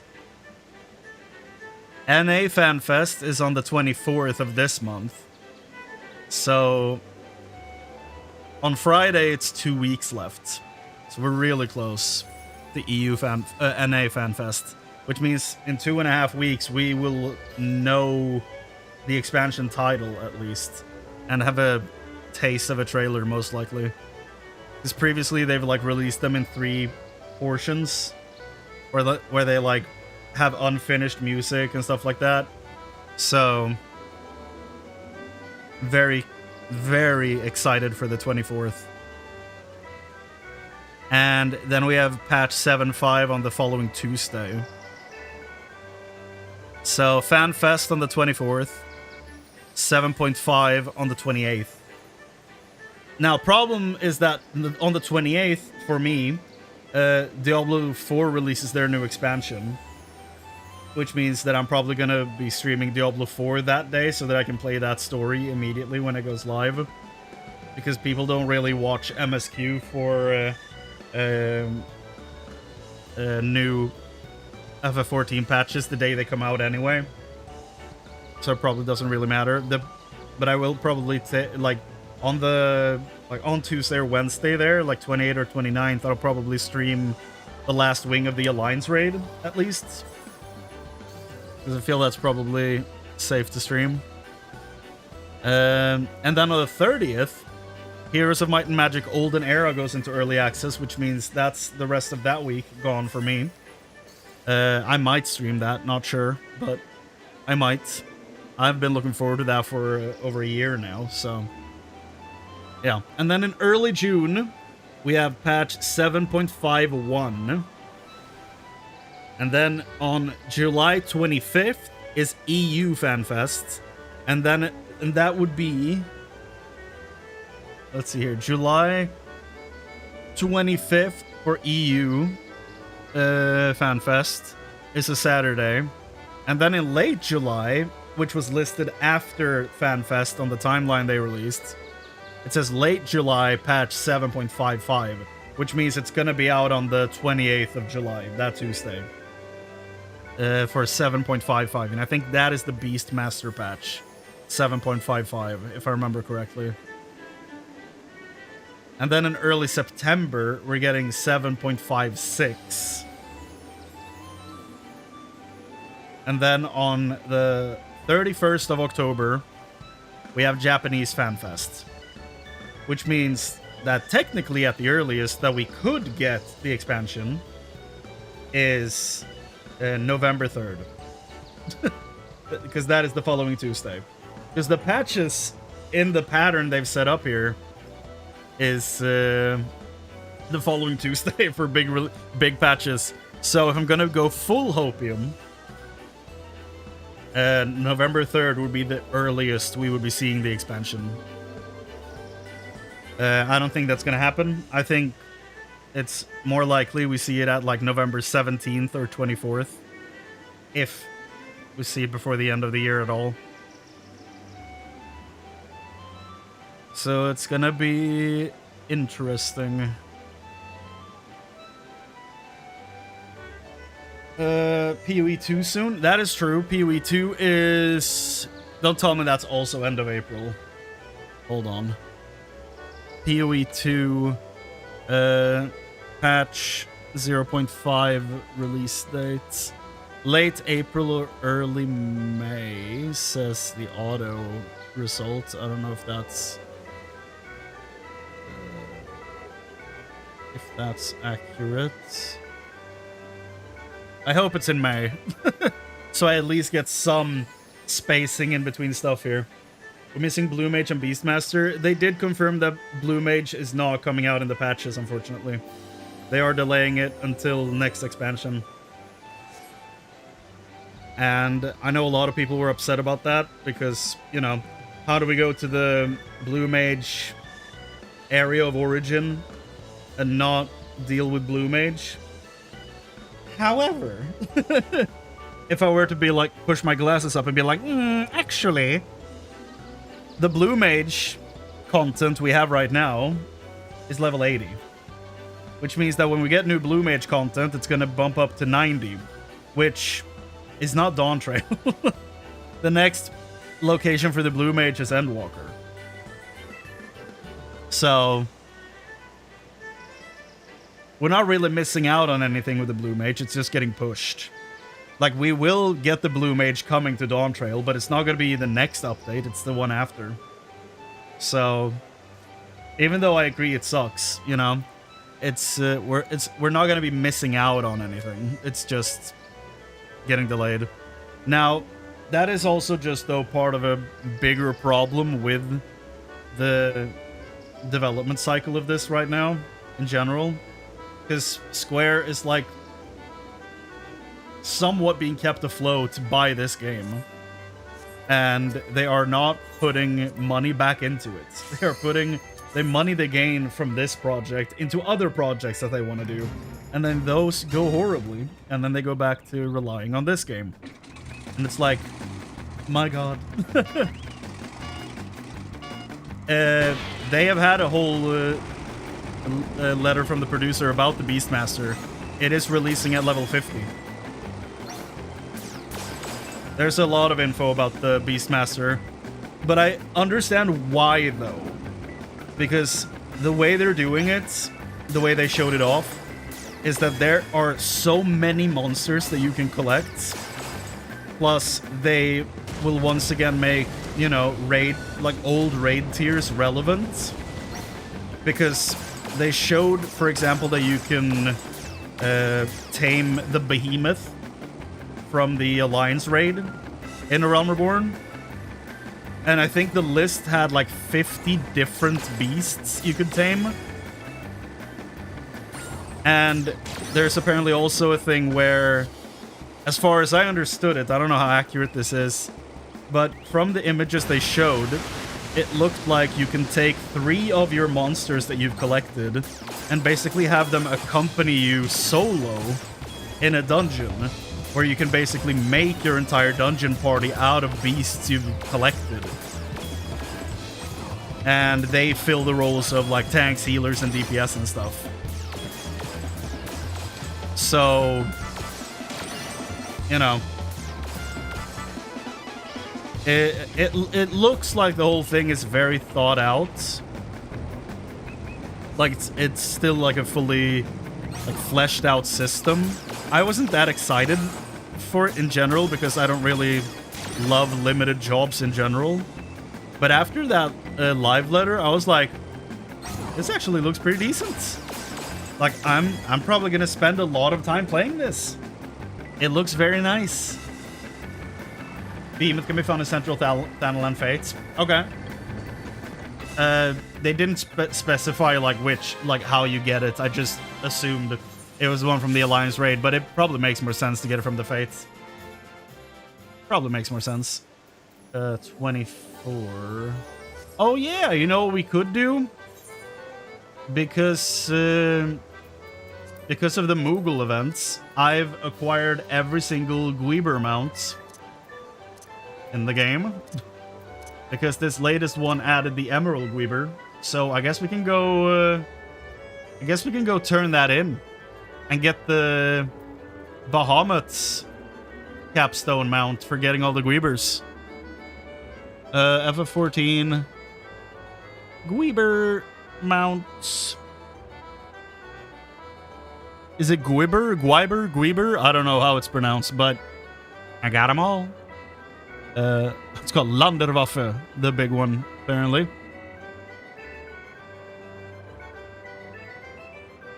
And that means that I now have the capstone for Realm Reborn, I have the capstone for Heavensward, Stormblood, and will now have the for Shadowbringers.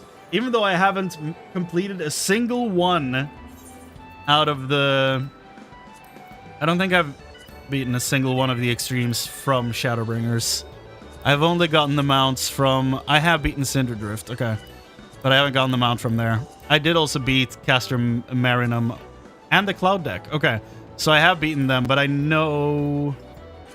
I did get the mount from Cloud deck, now that I think about it. I did farm that one, but the other ones I haven't farmed at all. So the rest of them, except for Diamond, I got from the event. Because I could not be bothered to grind out the actual fights. But I also don't have a single one of the Panthers from Endwalker, and I do like them quite a bit. So that's probably something I would like to do eventually. I ripped a 32-hour Nuzlocke Temtem run, didn't pay attention, and got absolutely slapped. Dog. I am gonna schedule a Temtem stream in a bit, I think. Because now that you've mentioned the Nuzlocke runs, I'm like, I kind of want to do that. I kind of really want to do that. Sounds fun. Okay, let's go to Girabania Locks, apparently. The Locks, haven't been there in a long time. Although I guess I did do the Endwalker Roll quest fairly recently in that area, so I guess I've been here. And that is the only quest in the area, right? Yeah. I've basically done all the quests in all the expansions up until... I haven't done Endwalker and Dawn Trail. I haven't done all side quests. But in the other ones, I think I'm done. Now doing a random lock for to flush that defeat out of me. It's far more difficult. That's rough, buddy. That is rough. Let's turn in, you know... Since all the Gweebers are now collected, and the only one obtained from an extreme being Diamond, let's turn that in and get the capstone mount here. Appearing to operate by way of an elaborate mechanism, this mysterious flute emits a shrill sound that summons forth Landerwaffe, mechanical dragon of legend. Let's do this. Such beauty, such power, a true masterpiece in motion! Oh, greetings, Chrane. We weren't expecting... Well, seeing as you are here now, I should take advantage of my good fortune. It flew right above me several days ago, you see. I haven't stopped thinking about it since.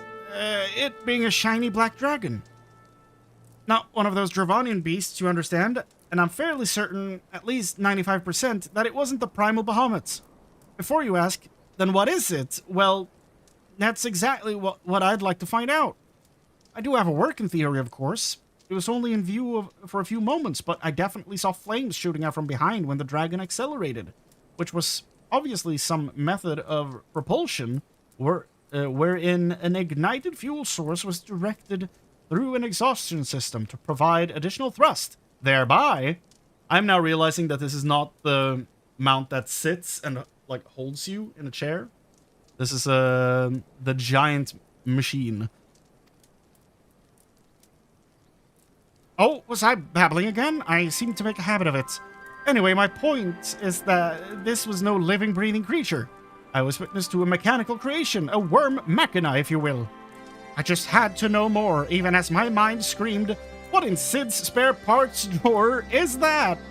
My hand moved on pure instinct, grabbing a signal emitter and hurling it at the thing's gleaming underbelly. I must have lodged it in between the scales or something, because my instrument now shows a reading to the northwest of here at an extremely high altitude. Are you saying it's on Oz's Law? Exactly! There's no other possibility! Unless you're aware of some other floating fortress in the Sea of Clouds. Please, Chrane, the next time you travel, your travels take you up there. I'd consider it a personal favor if you could track down the mechanical marvel. It was just so incredibly well made.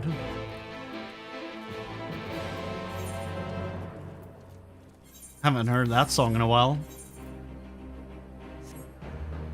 The music in this area slaps, by the way. Oz's Law I'm less fond of. It's probably my least favorite area of Heavensward.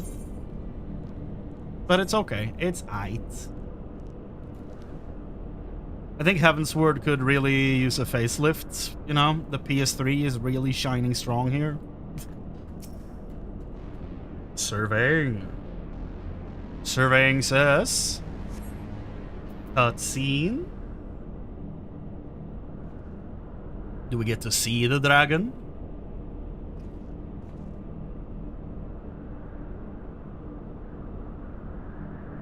And lo, once more do our paths cross, O Tamer of Legends. Are you perchance in the midst of some great adventure? Yoshi P! Hello. And you heard this from an ironworks engineer? But how miraculous. A fellow traveler shared with me the legend of a mechanical dragon, strikingly similar to the one which you describe, and the tale perforce led me here.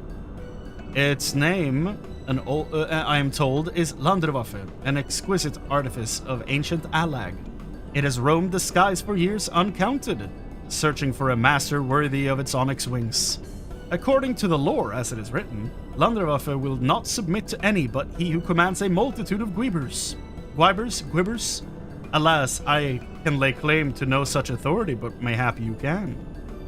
Well, I have 7 of them. You have 7 such entities at your beck and call?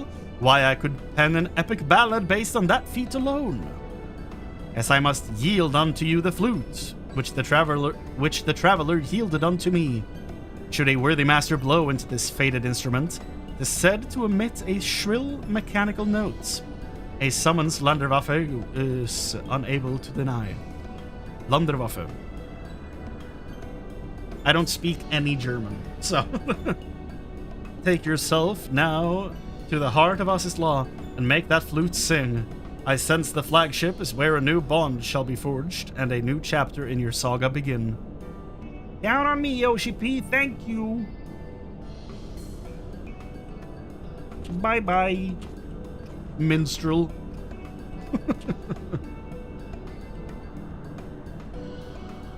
Hell yeah. Let's get up there.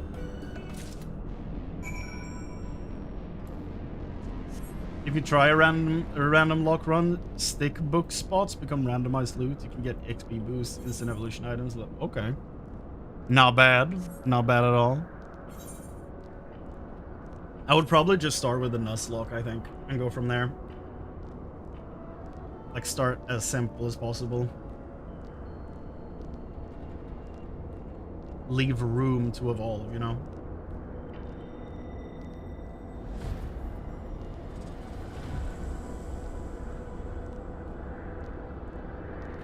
Do you have a favorite Tem in the game?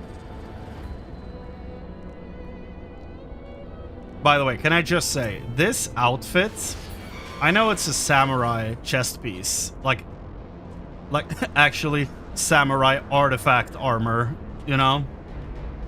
But goddamn does it look cool on a monk. I actually really like this chest piece for monk. Okay, here we go. Time to blow the flute. Doot. Not the music I expected, but I'll take it. Hey, look at my boys! All of my boys. Oh, great Landerwaffe. Come to me. Oh. Shining star.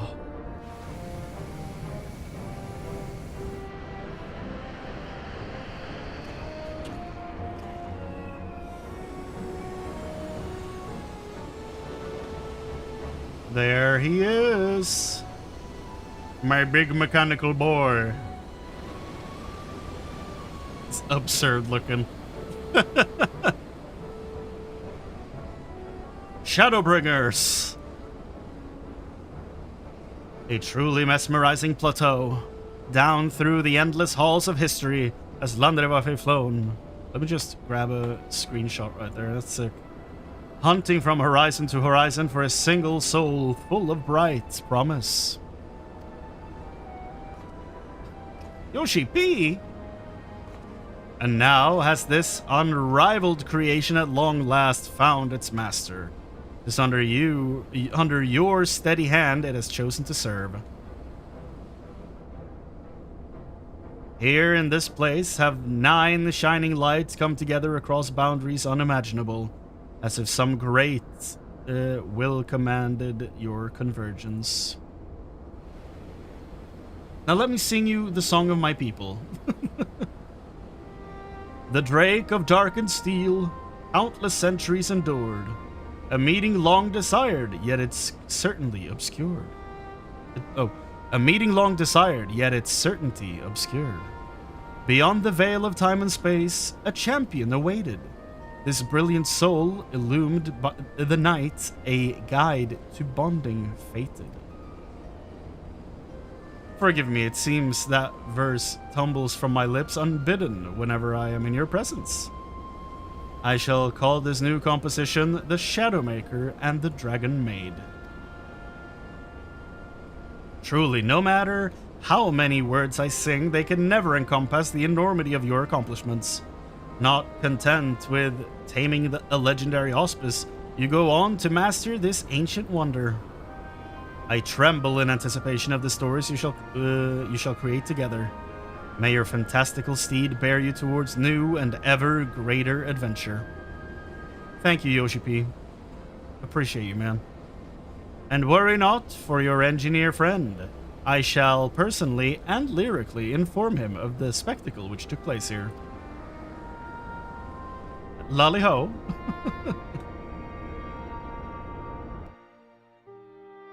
Wow, wow, wow. There it is, the Dragon Maid.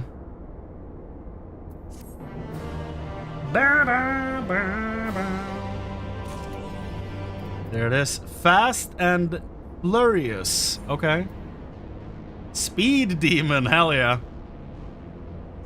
Shit, yeah, dog. Probably need to learn it before I actually mount up on it. Oh, there we go. Okay, let's see this monstrosity. How big is this thing? God damn. Riding home. Are you kidding me? It's the Shadowbringers menu music? That's perfect.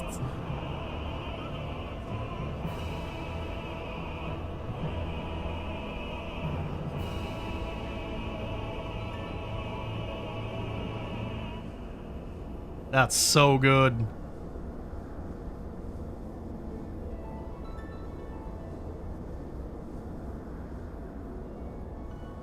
The seat looks a little dangerous, but, you know.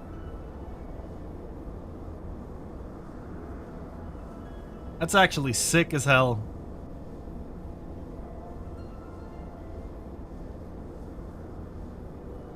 Holy hell. I'm so glad it's the Shadowbringers music. That's so good.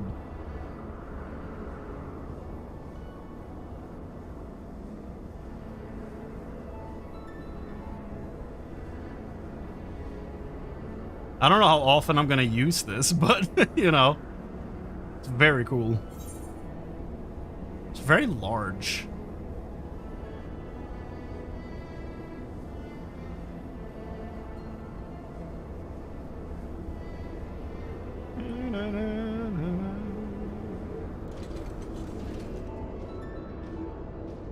It moves real, like the animation for its movement is really nice.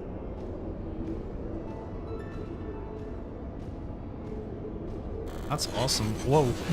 That was the sound? Okay, what the hell? Okay. Sure, I found the one place in the game where that happens. That's a whole thing. Let me hear the beginning again. I gotta hear it. Oh no. It's too soon. Give it a second. Venx Vental. Is that the Psychic Fox thing? Because that's a pretty nice one. Just captured a Valash with 45 to 50 all S. God damn. The run is secured. Also, does this say I can ride 2 people on this? What the shit? Do they sit on this thing? That's dope. Still playing that part of the song. Hold on. Let me ride something different here so we can... Come on, riding home. Come on now. There it is.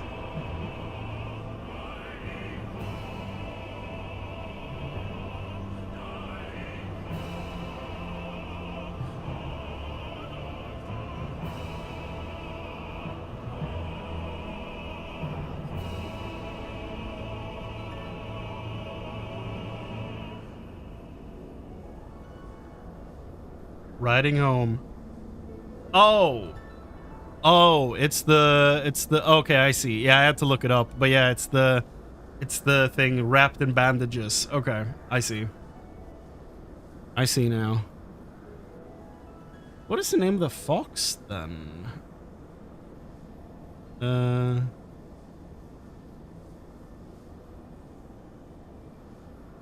It is named Reval and Aoi. Okay.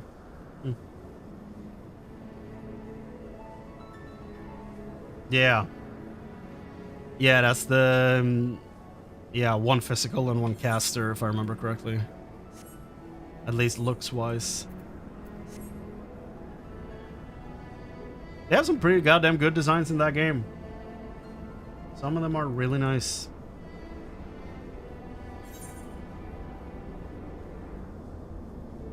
I can't believe I have this thing now. It's actually sick. But that means I now have to start grinding for the Endwalker mounts. And I don't know if I'm ready for that. I need to learn the fights. God damn it. Died, run over. Ah. That's rough, buddy. That's big rough. What killed you?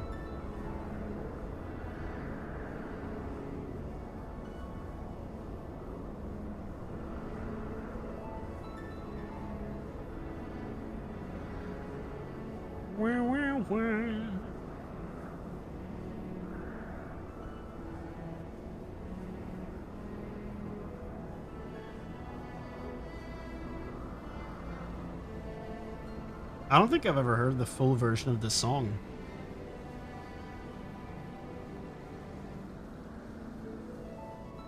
Like, I know this is the Final Fantasy theme. Like, I'm not that dumb, but I don't think I've heard the entire Shadowbringers version before.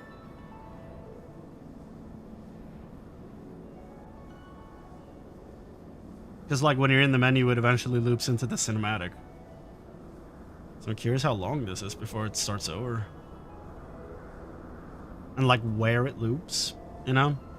Does it play the riding home portion again, or does it start after that? Because now it feels like I'm back at the beginning of the song.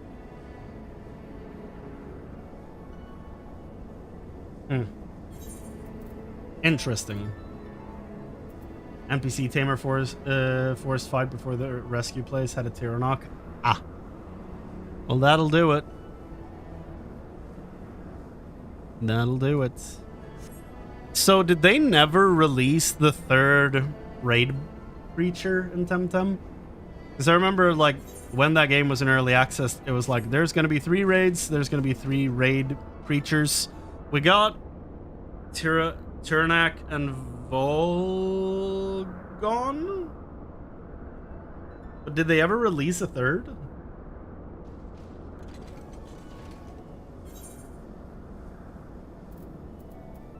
As far as I know, I haven't seen one, but I don't know.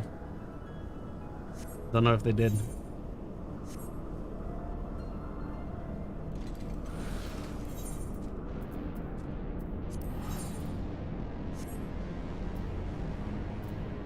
There might be something going on at the Gold Saucer. Gallios? What the shit is a Gallios? Temtem Gallios. What is this? Mental Earth. I have never seen this thing before. It looks cool.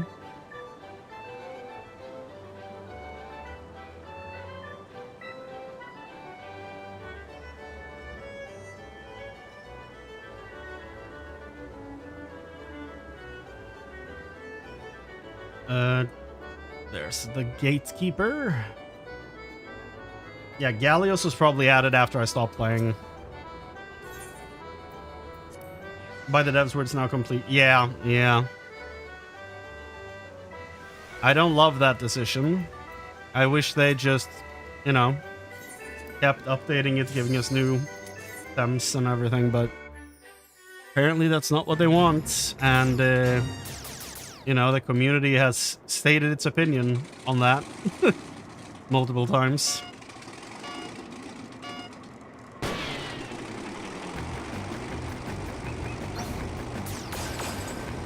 I've basically only gotten Air Force 1 lately. I haven't seen many jump puzzles at all in the past few days.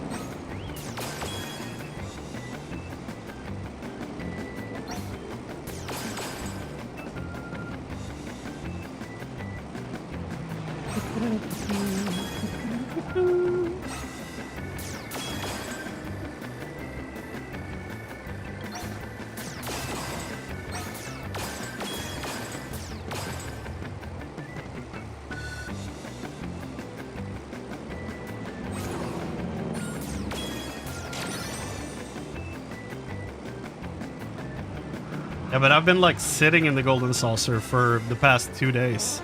I think I've gotten like 1 jump puzzle. Maybe. It's been like Yojimbo or the wind thing or Air Force, but I haven't... Today, I think I've done like 8 or 9 of these things and I haven't seen a single jump puzzle today. Yesterday, I think I got 1 or 2.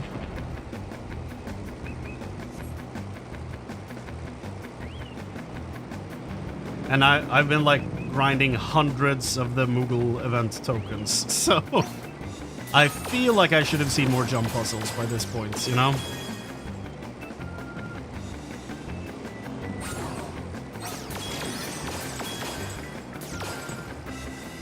There it is.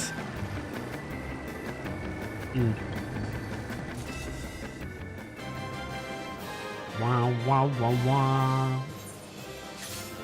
Done. It's always at like on the hour. I feel super weird.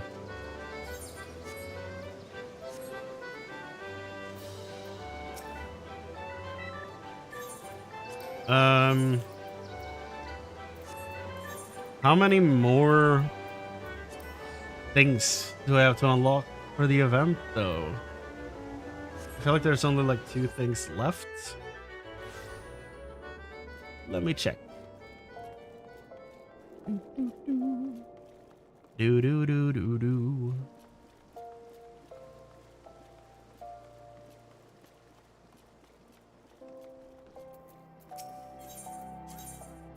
Okay. I'm never getting the earrings for these. I never use earrings on my character anyway, so I don't really care to collect them. A parasol for 50. An emote for 50, and I think those are the only things left. Although, maybe I want to go for these 2 parts. Not sure. All of these I have. I have the minions. Don't care about any of the cosmetic parts. Goodbye maps, I guess. I have the riding maps for Lenosha. I have the triple triad cards. I have the minion, the orchestrion roll, the barding. Yeah. So the only parts left is the parasol and the emotes. Fear and loathing. / tremble. Okay. And then maybe 60 to get these armor pieces. Maybe. I don't know if I care about them enough.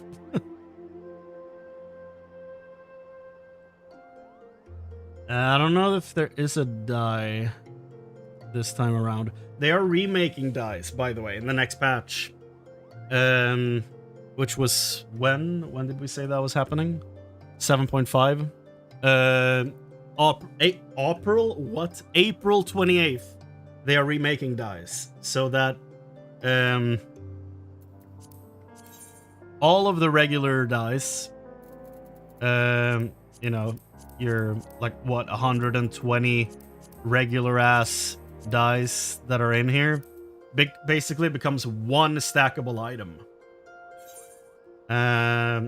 You know how you have Terebinth to remove color? You basically get that for type 1 dice.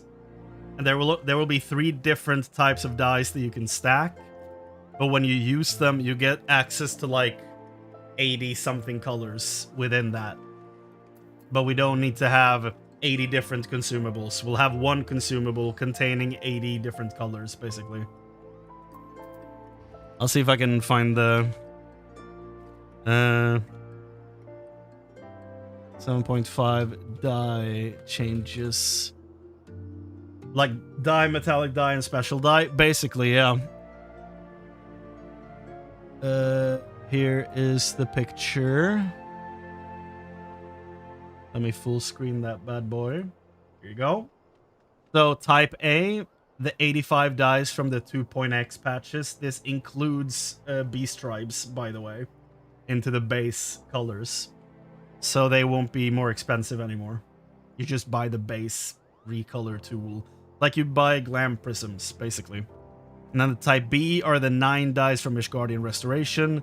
And type C are the 11 dice from Cosmic Exploration. So this will not apply to dice that can be purchased on the online store and dice of corresponding colors.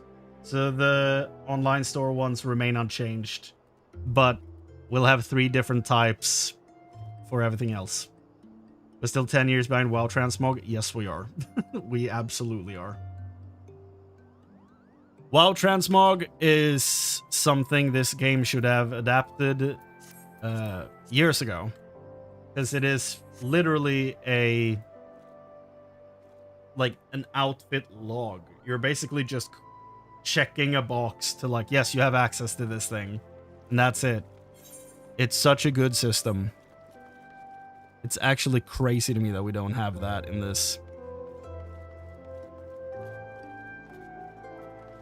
But at least it's gonna help some of my, retainer inventories, stuff like that.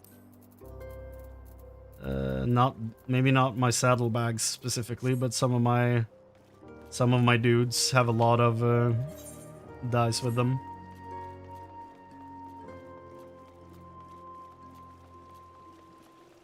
Why not spend big boy money to remake the game on a new engine? Because it would take like 4 years, probably, at least. Unfortunately, because they would have to redo everything. It'd probably take more than 4 years. Like, they absolutely have the money to do it if Square would finally, like, put the money back into the game instead of putting it on other projects. But they will never do that for some godforsaken reason. So yeah, this is gonna just disappear and become one item, which is sick. Not that one, I don't think, but the other ones. So that's gonna be great. Yeah. The time it takes to future-proof the game. Yeah, I agree they should do it. Absolutely. But like, to the devs, they might just be like, well, we might as well, put that money into doing Final Fantasy 17, the next MMO, Not saying that is what they do, what they're doing, but, just as an example of how they what the execs how they most likely rationalize it. What do you mean we need to update the base of the game? People are still playing and loving it. They're still giving us a bunch of money, so yeah.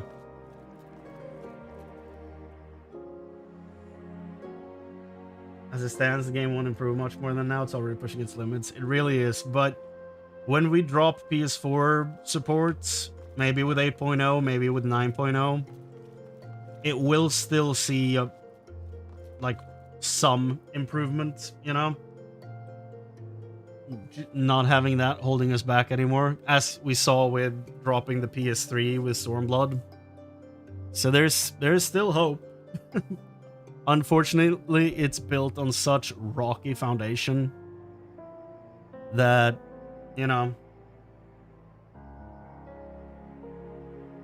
yeah, it is an unfortunate situation, in my opinion. that we keep just being stuck in between, like, the game is great, but it could be better, you know? It's unfortunate.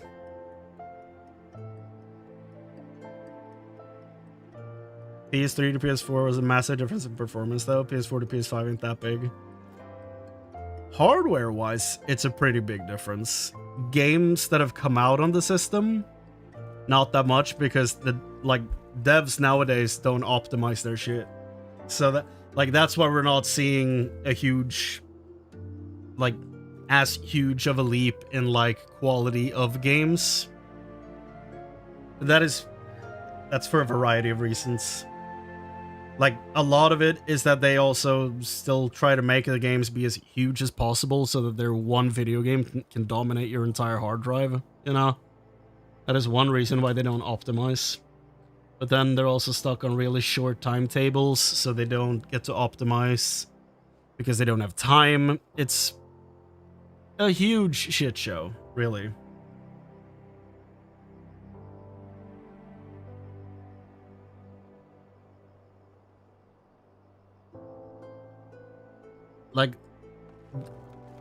At least as far as we can tell from the previous few years, at least, the devs of this game at least understand the limitations they're working with, which I think is very good, that they have such a deep understanding of it, and they put a lot of work into dealing with what they have. So I think the more the frames come off, you know, or the more limitations disappear, being the PS4 specifically, the more that happens, the more I think they're just gonna be okay, nice, now the limitations for this and this and that are finally gone. We can do something that maybe, you know, might have tanked the frame rate of the PS4. We can do that now, you know, stuff like that.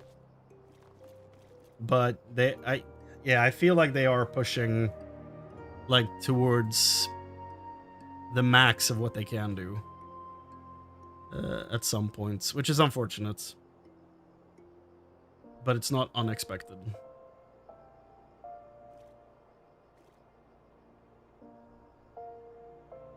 I would much rather the game be moved to a new engine while Yoshi P is still involved. In a few years, he said retirement. Yeah.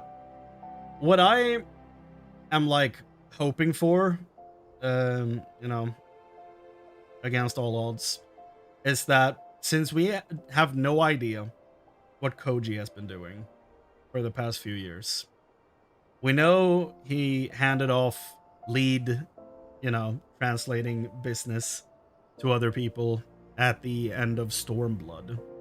So Shadowbringers forward, there were other people leading the translation team. And during that time, he was working on 16. And now, after 16, we again don't know what he's been doing. So my hope, against all odds, is that somehow they have been working on the next MMO behind the scenes. I know it's insanely unrealistic. You don't even have to mention that. But I hope that they realize they have... I hope they realize that they have some really special people on this team. And that if they... some of them are getting up there in age. Like you said, Yoshi P is, you know, nearing retirement age. He's not that old, but if we want him to stay in control of the project, it's not going to be for 20 years, you know? It's going to be closer to 10 to 15. So, my copium take on all this is that I hope that they are, after 16, that they were moved on to making the next MMO.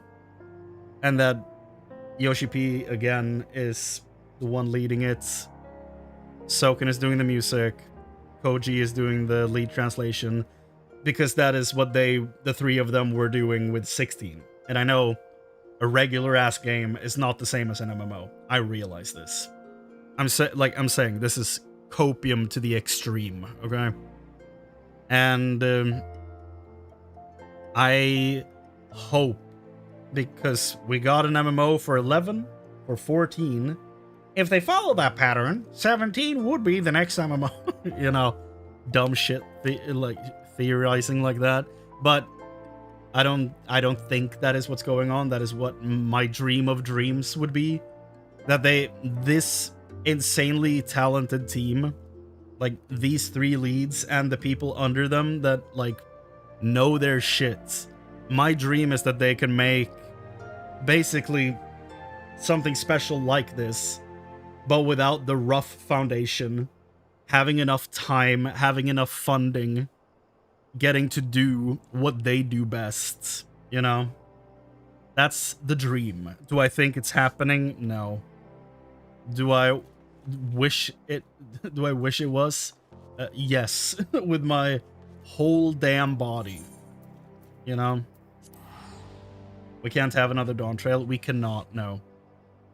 Dawn Trail's launch, I would say, was basically a disaster, just reception-wise.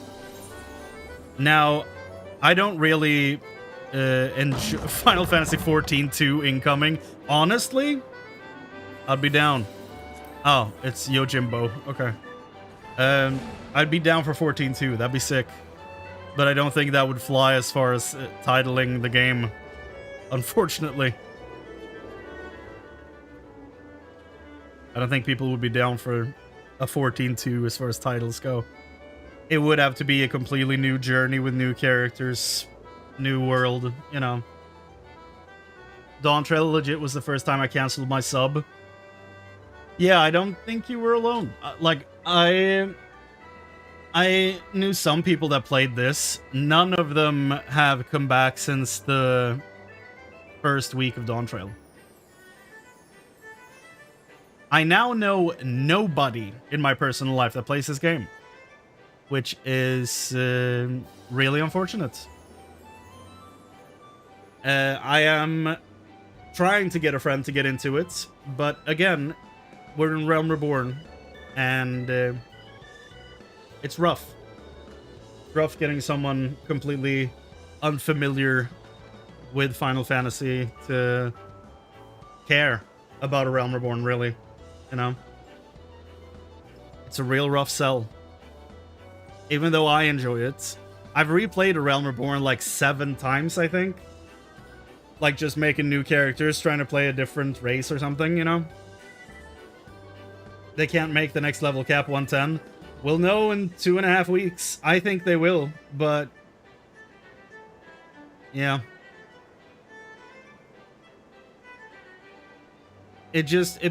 It becomes absurd at some point, you know? It's like Lord of the Rings Online, which is one of my first MMOs. They are up at like level 150, I think. Which is... it's too much. Like, it's wild. What was the level cap for Riders of Rohan? Let me check. Riders of Rohan level cap. So I played when the last time I played, level cap was 85. But they're like 150 in Lord of the Rings Online at this point. Which is too much.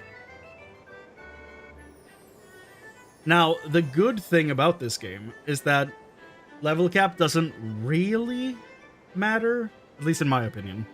Because, and I spoke about this earlier in the stream, but like, the thing that separates this MMO from other MMOs is that the most appealing part to a lot of people is that the game is about the journey and not the destination.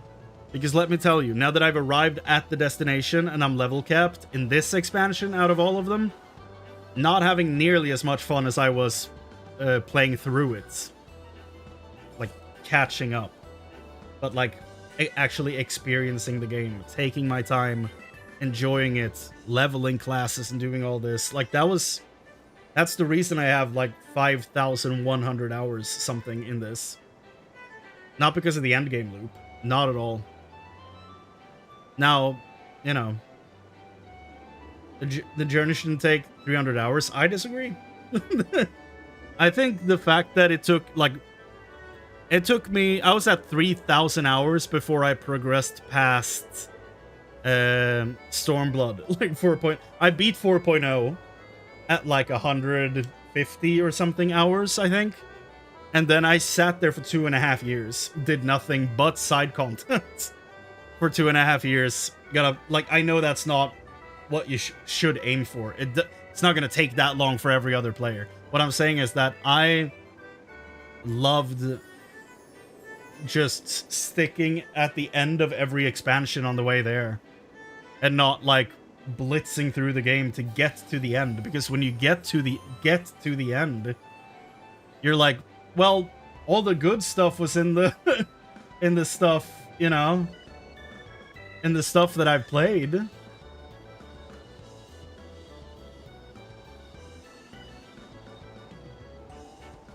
If the new expansion comes out, it won't attract... What do you mean? If the new expansion comes out, it won't attract new players anymore?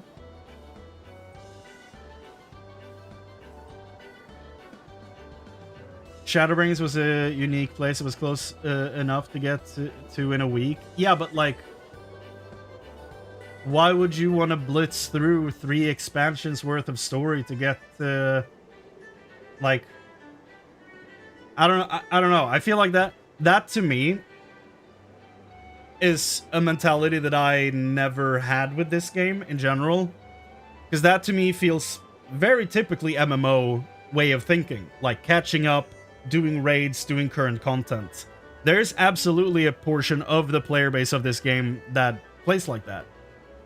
But a lot of them, like, I'm talking MSQ vampires, right? That watch people play through the story of this game over and over and over and over again. And whenever, like, you have a big streamer coming in to the game, they're like, holy shit, we get to see someone experience the game again.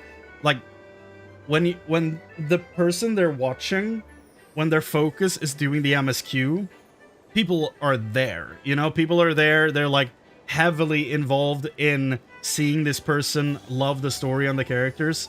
But when it's a new person coming in and what they end up focusing on is the raid tiers of every expansion, less people tend to watch them. Has been my experience of being part of this group that watches people come into the game, right? So, for example, I've gone back and looked at when Jesse Cox started playing, when Grinding Gears started playing, when Preach started playing, when, who else? I've gone back and watched some of the parts of when Strippin and Dodger were playing for the first time. But then, right now, I'm watching a streamer called Just Russ playing through the game. And the big difference in the way he has played through the game is that he's mainly a Twitch streamer, right? And his YouTube side of things, he basically fell behind on uploading his MSQ progress, but he kept up with posting raid content. And the views have basically, and subscriber numbers have basically been like frozen in time for like 1.5 years, which I think is really unfortunate because I really enjoy his stuff. Like, I think I'm still catching up on it, but I just saw him walk into Stormblood for the first time.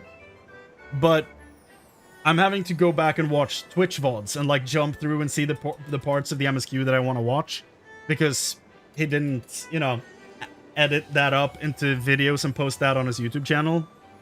Even though he posted a lot of like beating savage fights and extreme fights blind, which is impressive and cool. But like, at least the YouTube watching community doesn't seem to care about that part of the game as much as the actual MSQ. So I don't know how that represents the actual people, like the rest of them that actually play and like what they enjoy. But I do know that people shame people for paying for skips and stuff like that. So that's like mainly what I'm thinking of when I'm thinking of this game that in general, the topics I see is that people enjoy, and it's the same for me. Like, I enjoy the journey of the game. It doesn't matter to me how long it is. Like, I can, if I can get 100 hours out of a game, that's incredible, you know? But the fact that the story of this is longer than 100 hours, and I don't have to catch up because I can just vibe with where I am in the story and play it like an RPG, that's sick, you know? And if I want to raid, I can do raid fights in one of the expansions I've beaten.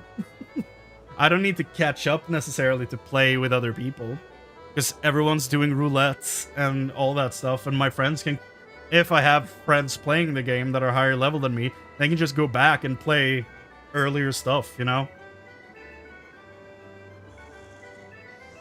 But that's like what I've seen the majority of as far as like the conversations surrounding this game.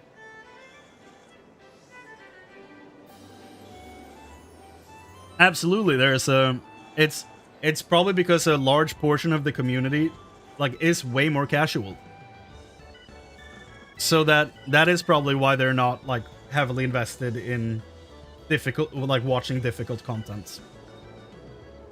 I don't necessarily think it's like toxic to not watch it, but like if they like start being rude about it, then yes, of course.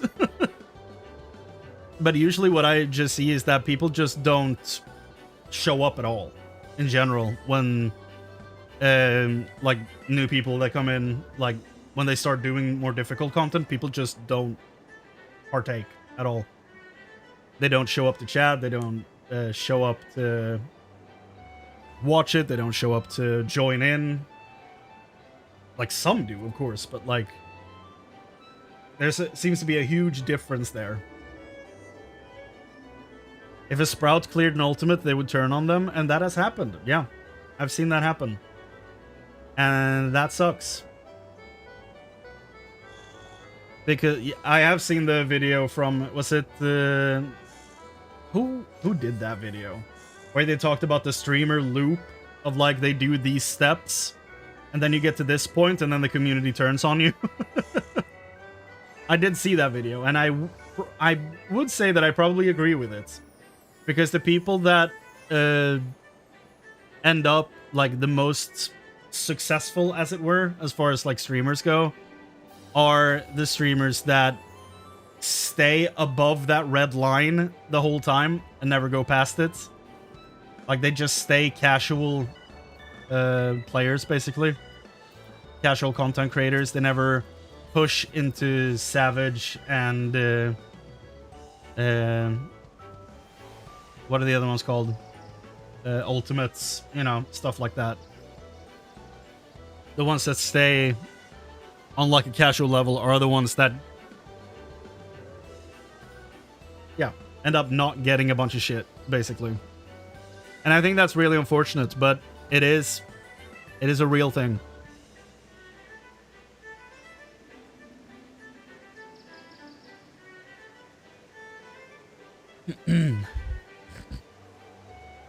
I've seen them turn on people for getting a mount they haven't gotten. That is insane.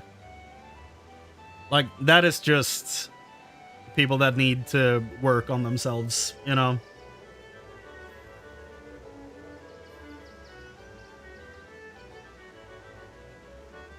Pots mount? What's a pots mount? Pots mount? There's one in the store. I don't think that's what you're referring to. Solo Palace of the Dead, 100% turn on you. Probably, yeah.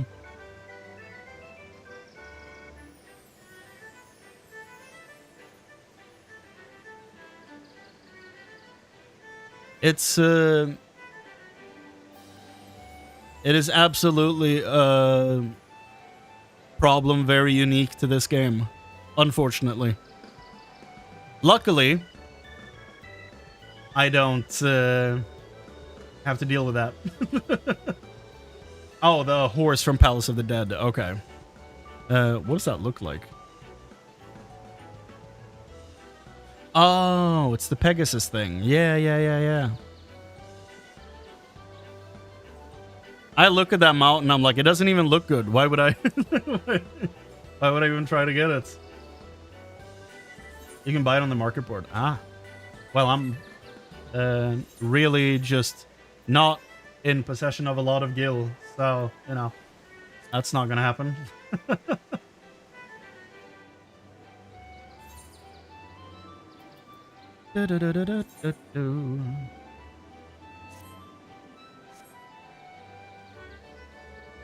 Each deep dungeon has one. Yeah. I don't remember what they are, though. I for sure looked them up in the past because I have a list of all the mounts as of 8.0 at least written down. So I've for sure seen them. I don't remember them. And that tells you all you need to know about about the deep dungeon mounts. Nah, but like in general, I just... Personally, I'm like, I don't really care.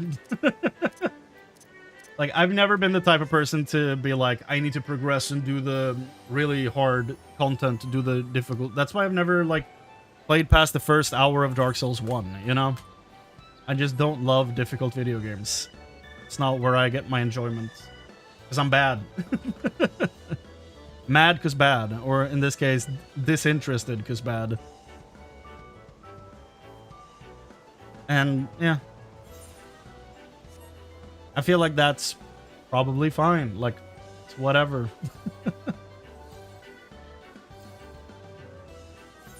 I just enjoy my little story video game. I like to hang out with my party, you know? What I like to do. I like seeing the story progression and heart-wrenching scenes, and that's what I'm in for.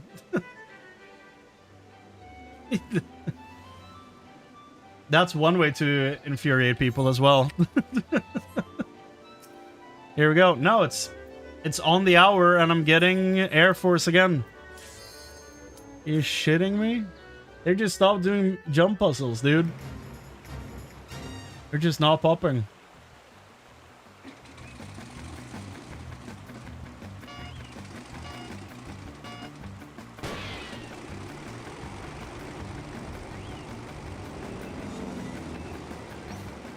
Boop. Boop.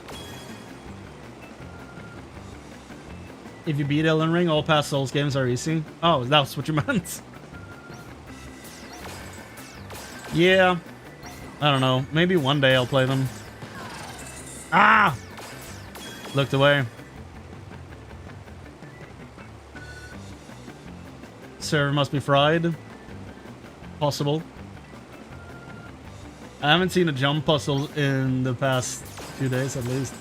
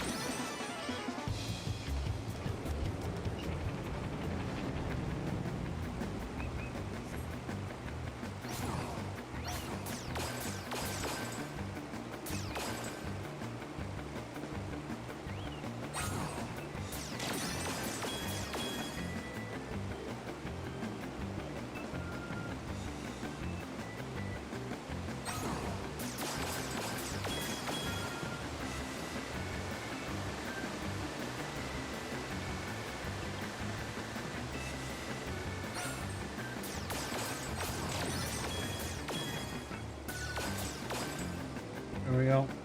Can't believe I missed or shot one of the red ones. How embarrassing.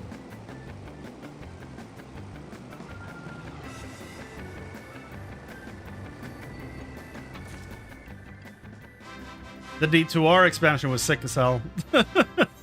I can't vouch for the Diablo 4 expansion because it's not out yet, but the Paladin is really fun.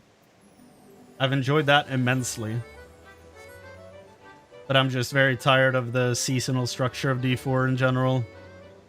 So I'm surprised I got as much time out of it as I did, to be honest. And like, I'm probably gonna stop playing Diablo 4 again as soon as I play through the story of the new expansion, because I'm just really burned out on it, and I haven't even played that much, which is unfortunate. Yeah, the new battle pass sucks. It's so bad. The original one wasn't ideal at all, but it was way better than what we have now. The new one is real dumb, like big dumb.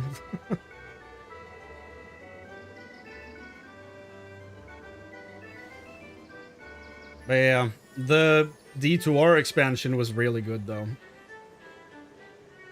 The Warlock is sick.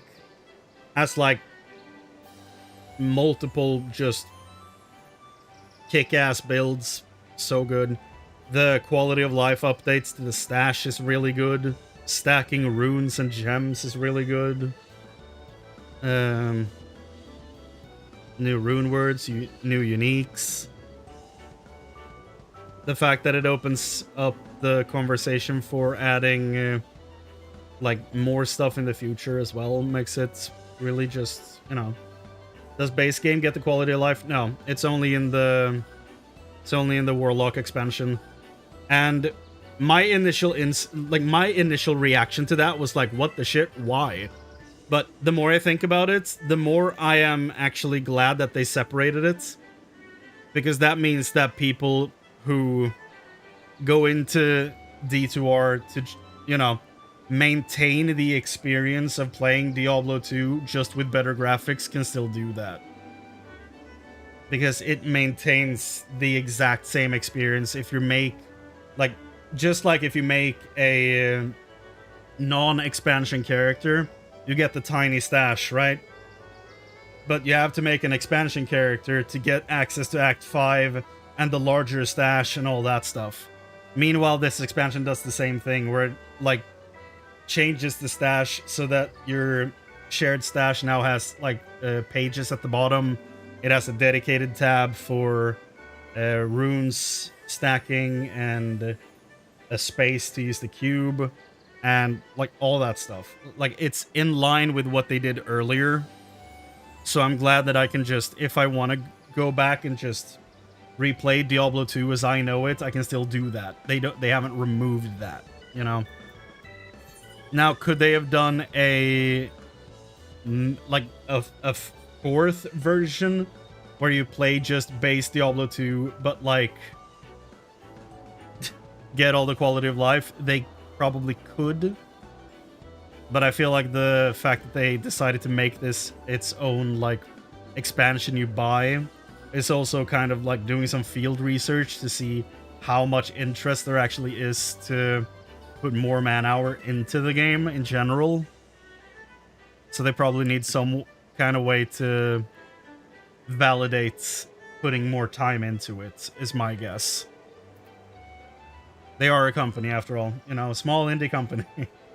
How I feel about the super heated debate about PoE 2 game speed.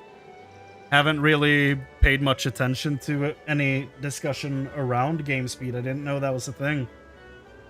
I haven't been actively looking into any Path of Exile stuff lately. I'm done with the season, so now I'm just waiting for new info to come out, basically. Are they mad it's so much slower than PoE 1? Because I am not. I like that it's slower. I feel like the way it goes from being slow at the beginning to be like super demon speed at the end is not my favorite. I feel like the gradual change in between there is too much. Because it feels like two completely separate games. Yeah. It's like PoE 2 was like marketed as, you know, like slow, thought out combat, right? Where you get to react to everything, and that's why you have a dodge roll and like slow swings and all that stuff. But I feel like that kind of goes out the window as soon as you hit maps, basically. It becomes a different game at that point. And I feel like that's why I kind of drop out of the game as soon as I hit maps, you know? So, yeah. I hope they get that under control somewhat, because it doesn't, like, the change feels too big to me in between campaign and endgame. I wish it felt more like campaign the whole time, but I also know that that is probably leaning on the unpopular side of it. Made 502 div this league? God damn. I basically stopped playing after the first week, I think. I was in a group where a mirror dropped at the beginning of the league, and one of the party members stole the mirror from the party leader, and we had to sit there and wait for someone to drop it on the ground.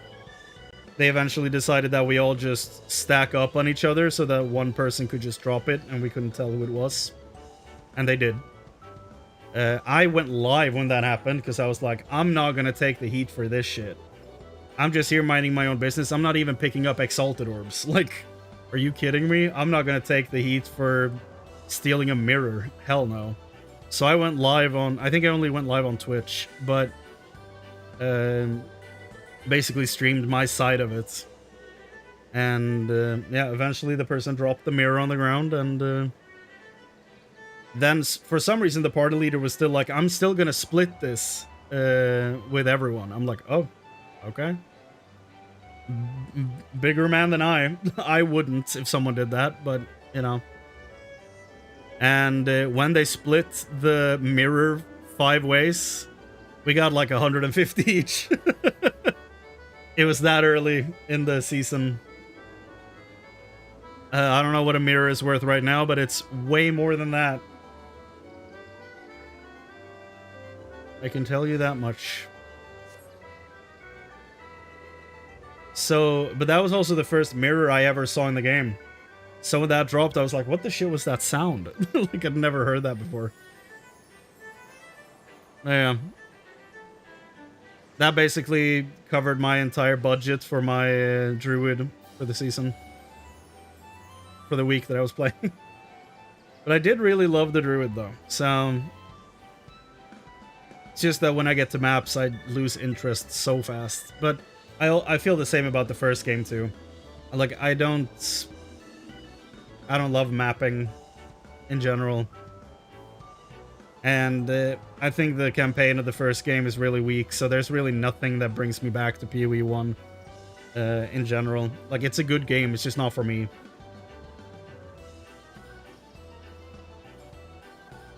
But I like PoE 2, and I hope that, you know, the identity gets nailed down a little bit soon. PoE 2 is moving closer to PoE 2 map. Dear God, why?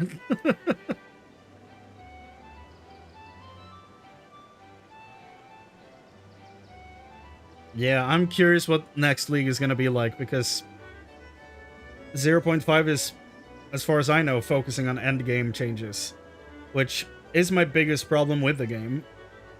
But it's also, because of that, the part I am the least interested in of the game so far. So, I don't know how invested I'm going to be in the next league, but we'll see whenever they do the reveal stream. I'm going to be watching that for sure. Going to be streaming it. Absolutely. So, you know, hopefully they do something interesting.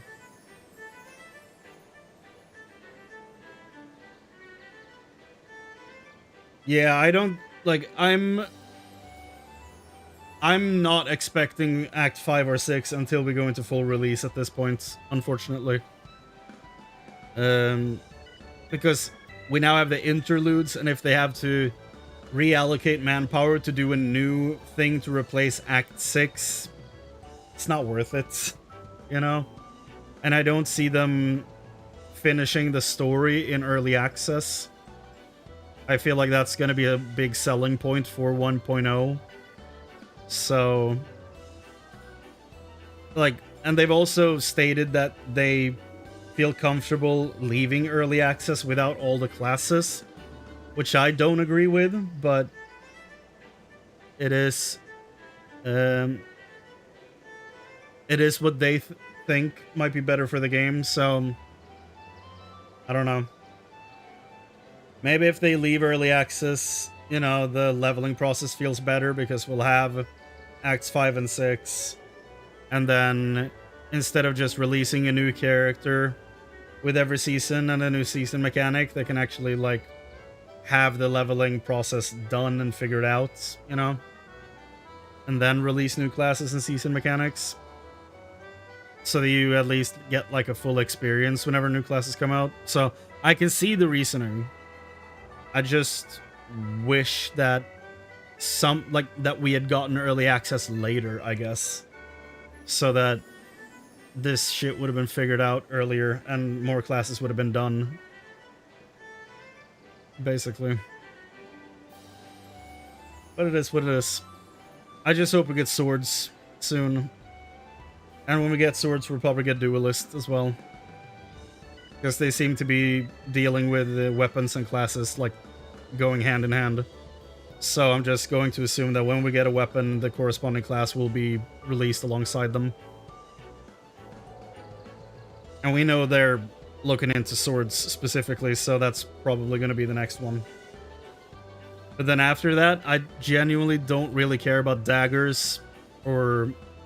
it's not called Rogue, what is it? Shadow? I don't care about Marauder or Axis. But I do care about flails. So... I would like to see the Templar added. Swords and flails are like what I'm the most interested in right now.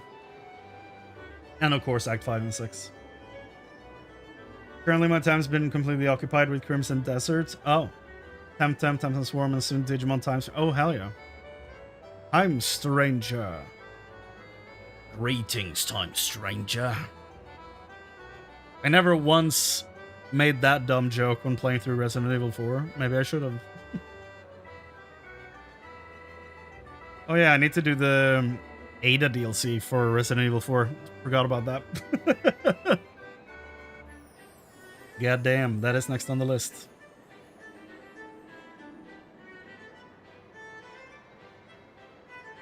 Not played it for so long. Did you ever finish the game?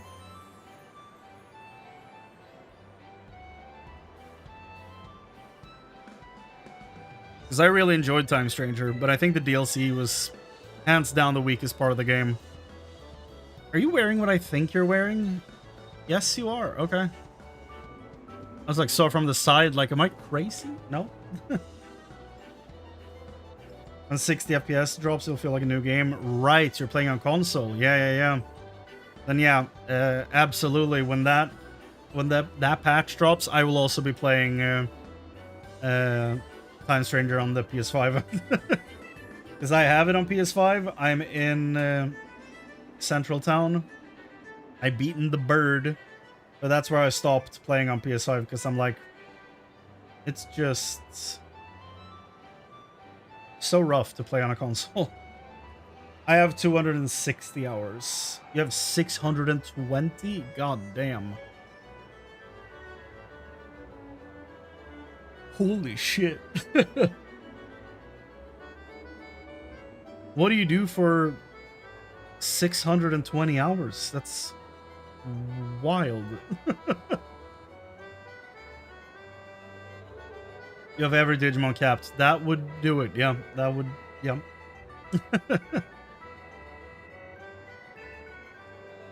That would probably take a while. I started doing something similar in Monster Hunter Stories 3 because I was like really enjoying that game. Like so much. But then I was like, this is gonna take forever. So no, I won't do that. You cap the living field guide. Without the experience DLC, because that would make that significantly faster.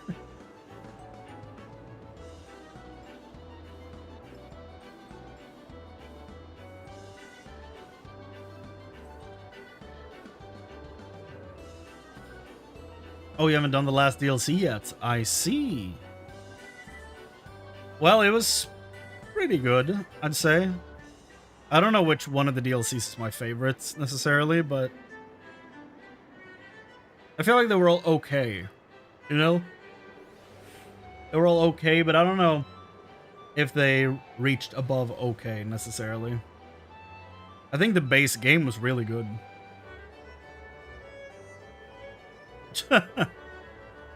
Well. Using cheats in a video game? How dare? How very dare?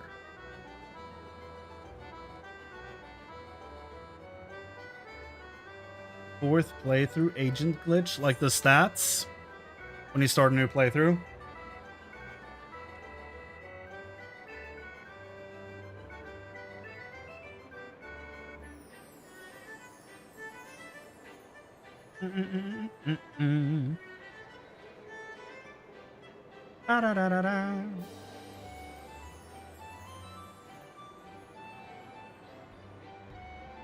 By the way, Pexi, before you got here, I expected this stream to be like 2 to 3 hours of me trying to climb Kugane Tower, and I beat it in 17 minutes. Just so you know what you showed up to. Complete the game, max agent skill, start new game, repeat 3 more. Yeah. Though the glitch I had to actively figure out how to avoid in order to do my Nuzlocke run. Yeah, Kugane super chill. Turns out it was just easy and very fun. Oh no, here we. Oh, it's the blowy guy. Okay, I thought it was Yojimbo at first, but no. Let's stand in the super optimized spot and hope we win.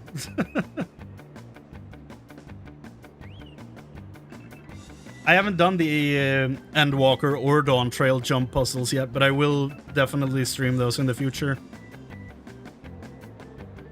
But yeah, that went way better than I was expecting.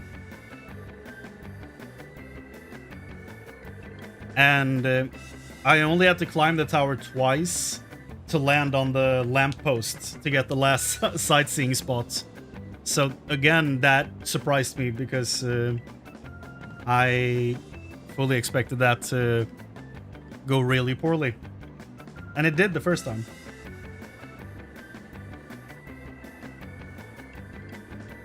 But yeah, now I have all the sightseeing logs for Heavensward, Stormblood, and Shadowbringers. Now I just need to climb Endwalker and Dawn Trail and eventually do the timed ones for Realm Reborn. Yeah, when you cross the beam section at the in the early parts, when you have to like do the jump up to the roof above you, that one is rough. But the one I had the most problem with, honestly, was getting from the balcony to the beam sticking out in the air on the north side of the building. So like almost the last part of the climb. That pillar on the balcony wrecked me, dude. I kept falling down there so many times.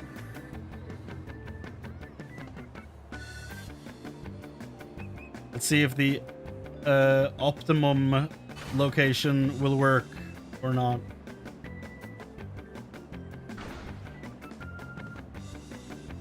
Yeah.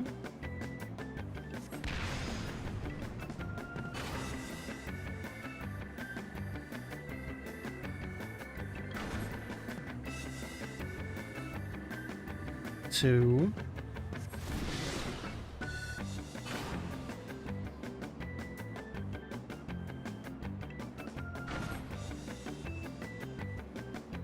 Three.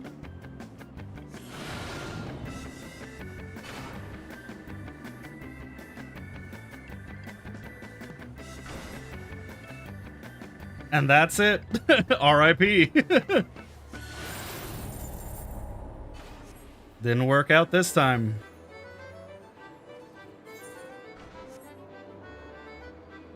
This one is one that's usually fairly easy to get 8 on. Like, I think it's 8 tombstones to live through it.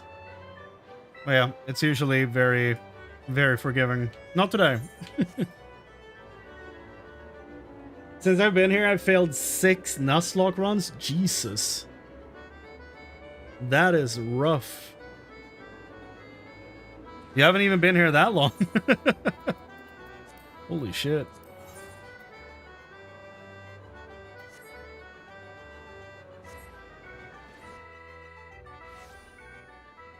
Oh.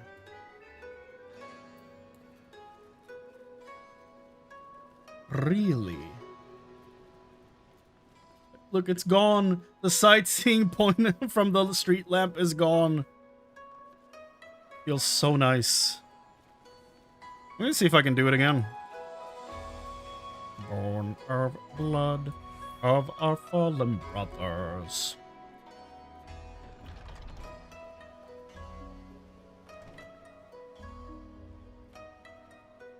I'm just gonna allow one fall here.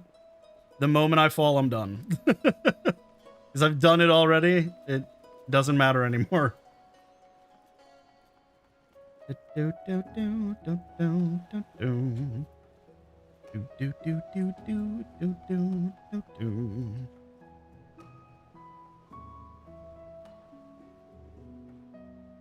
Yeah, this is the dumb roof. There we go. Beat the dumb roof.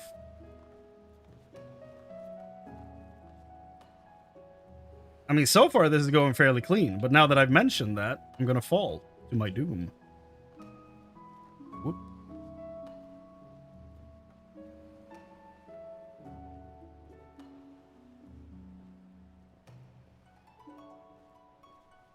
There it is. That went way too cleanly. Had to fall eventually.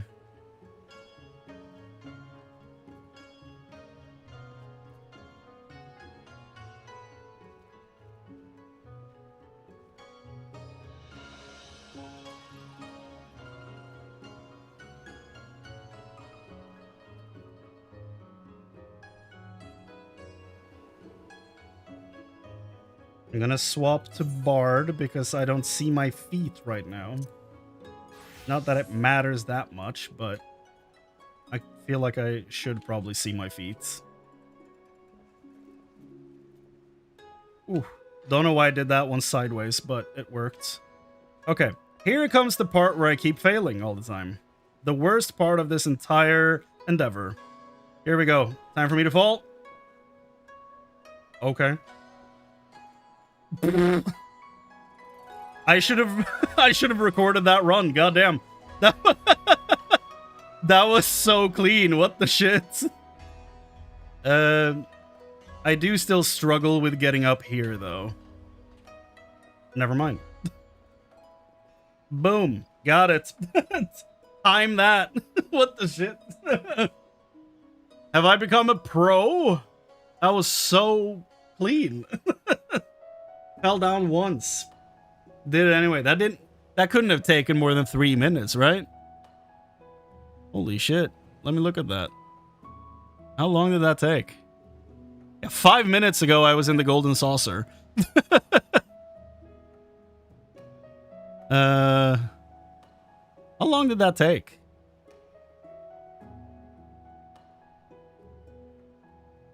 Yeah, that took me less than 3 minutes.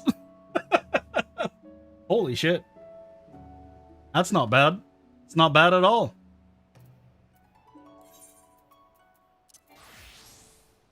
That was clean. Whew.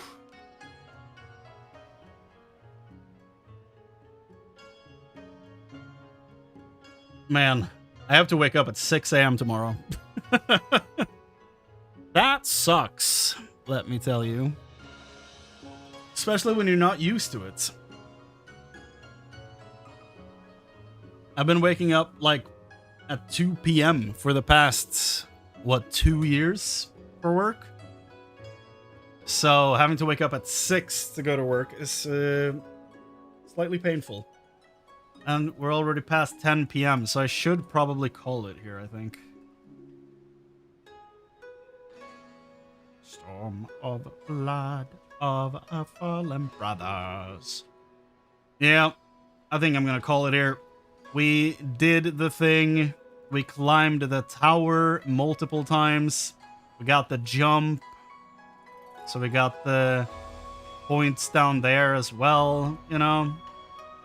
I feel like that's a successful adventure. How do we... Has to be command to do this. Don't look at the camera. Or do you look at the camera? Maybe you do.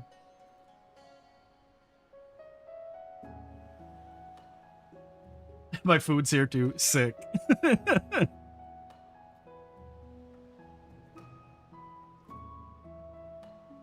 he follow the camera? No.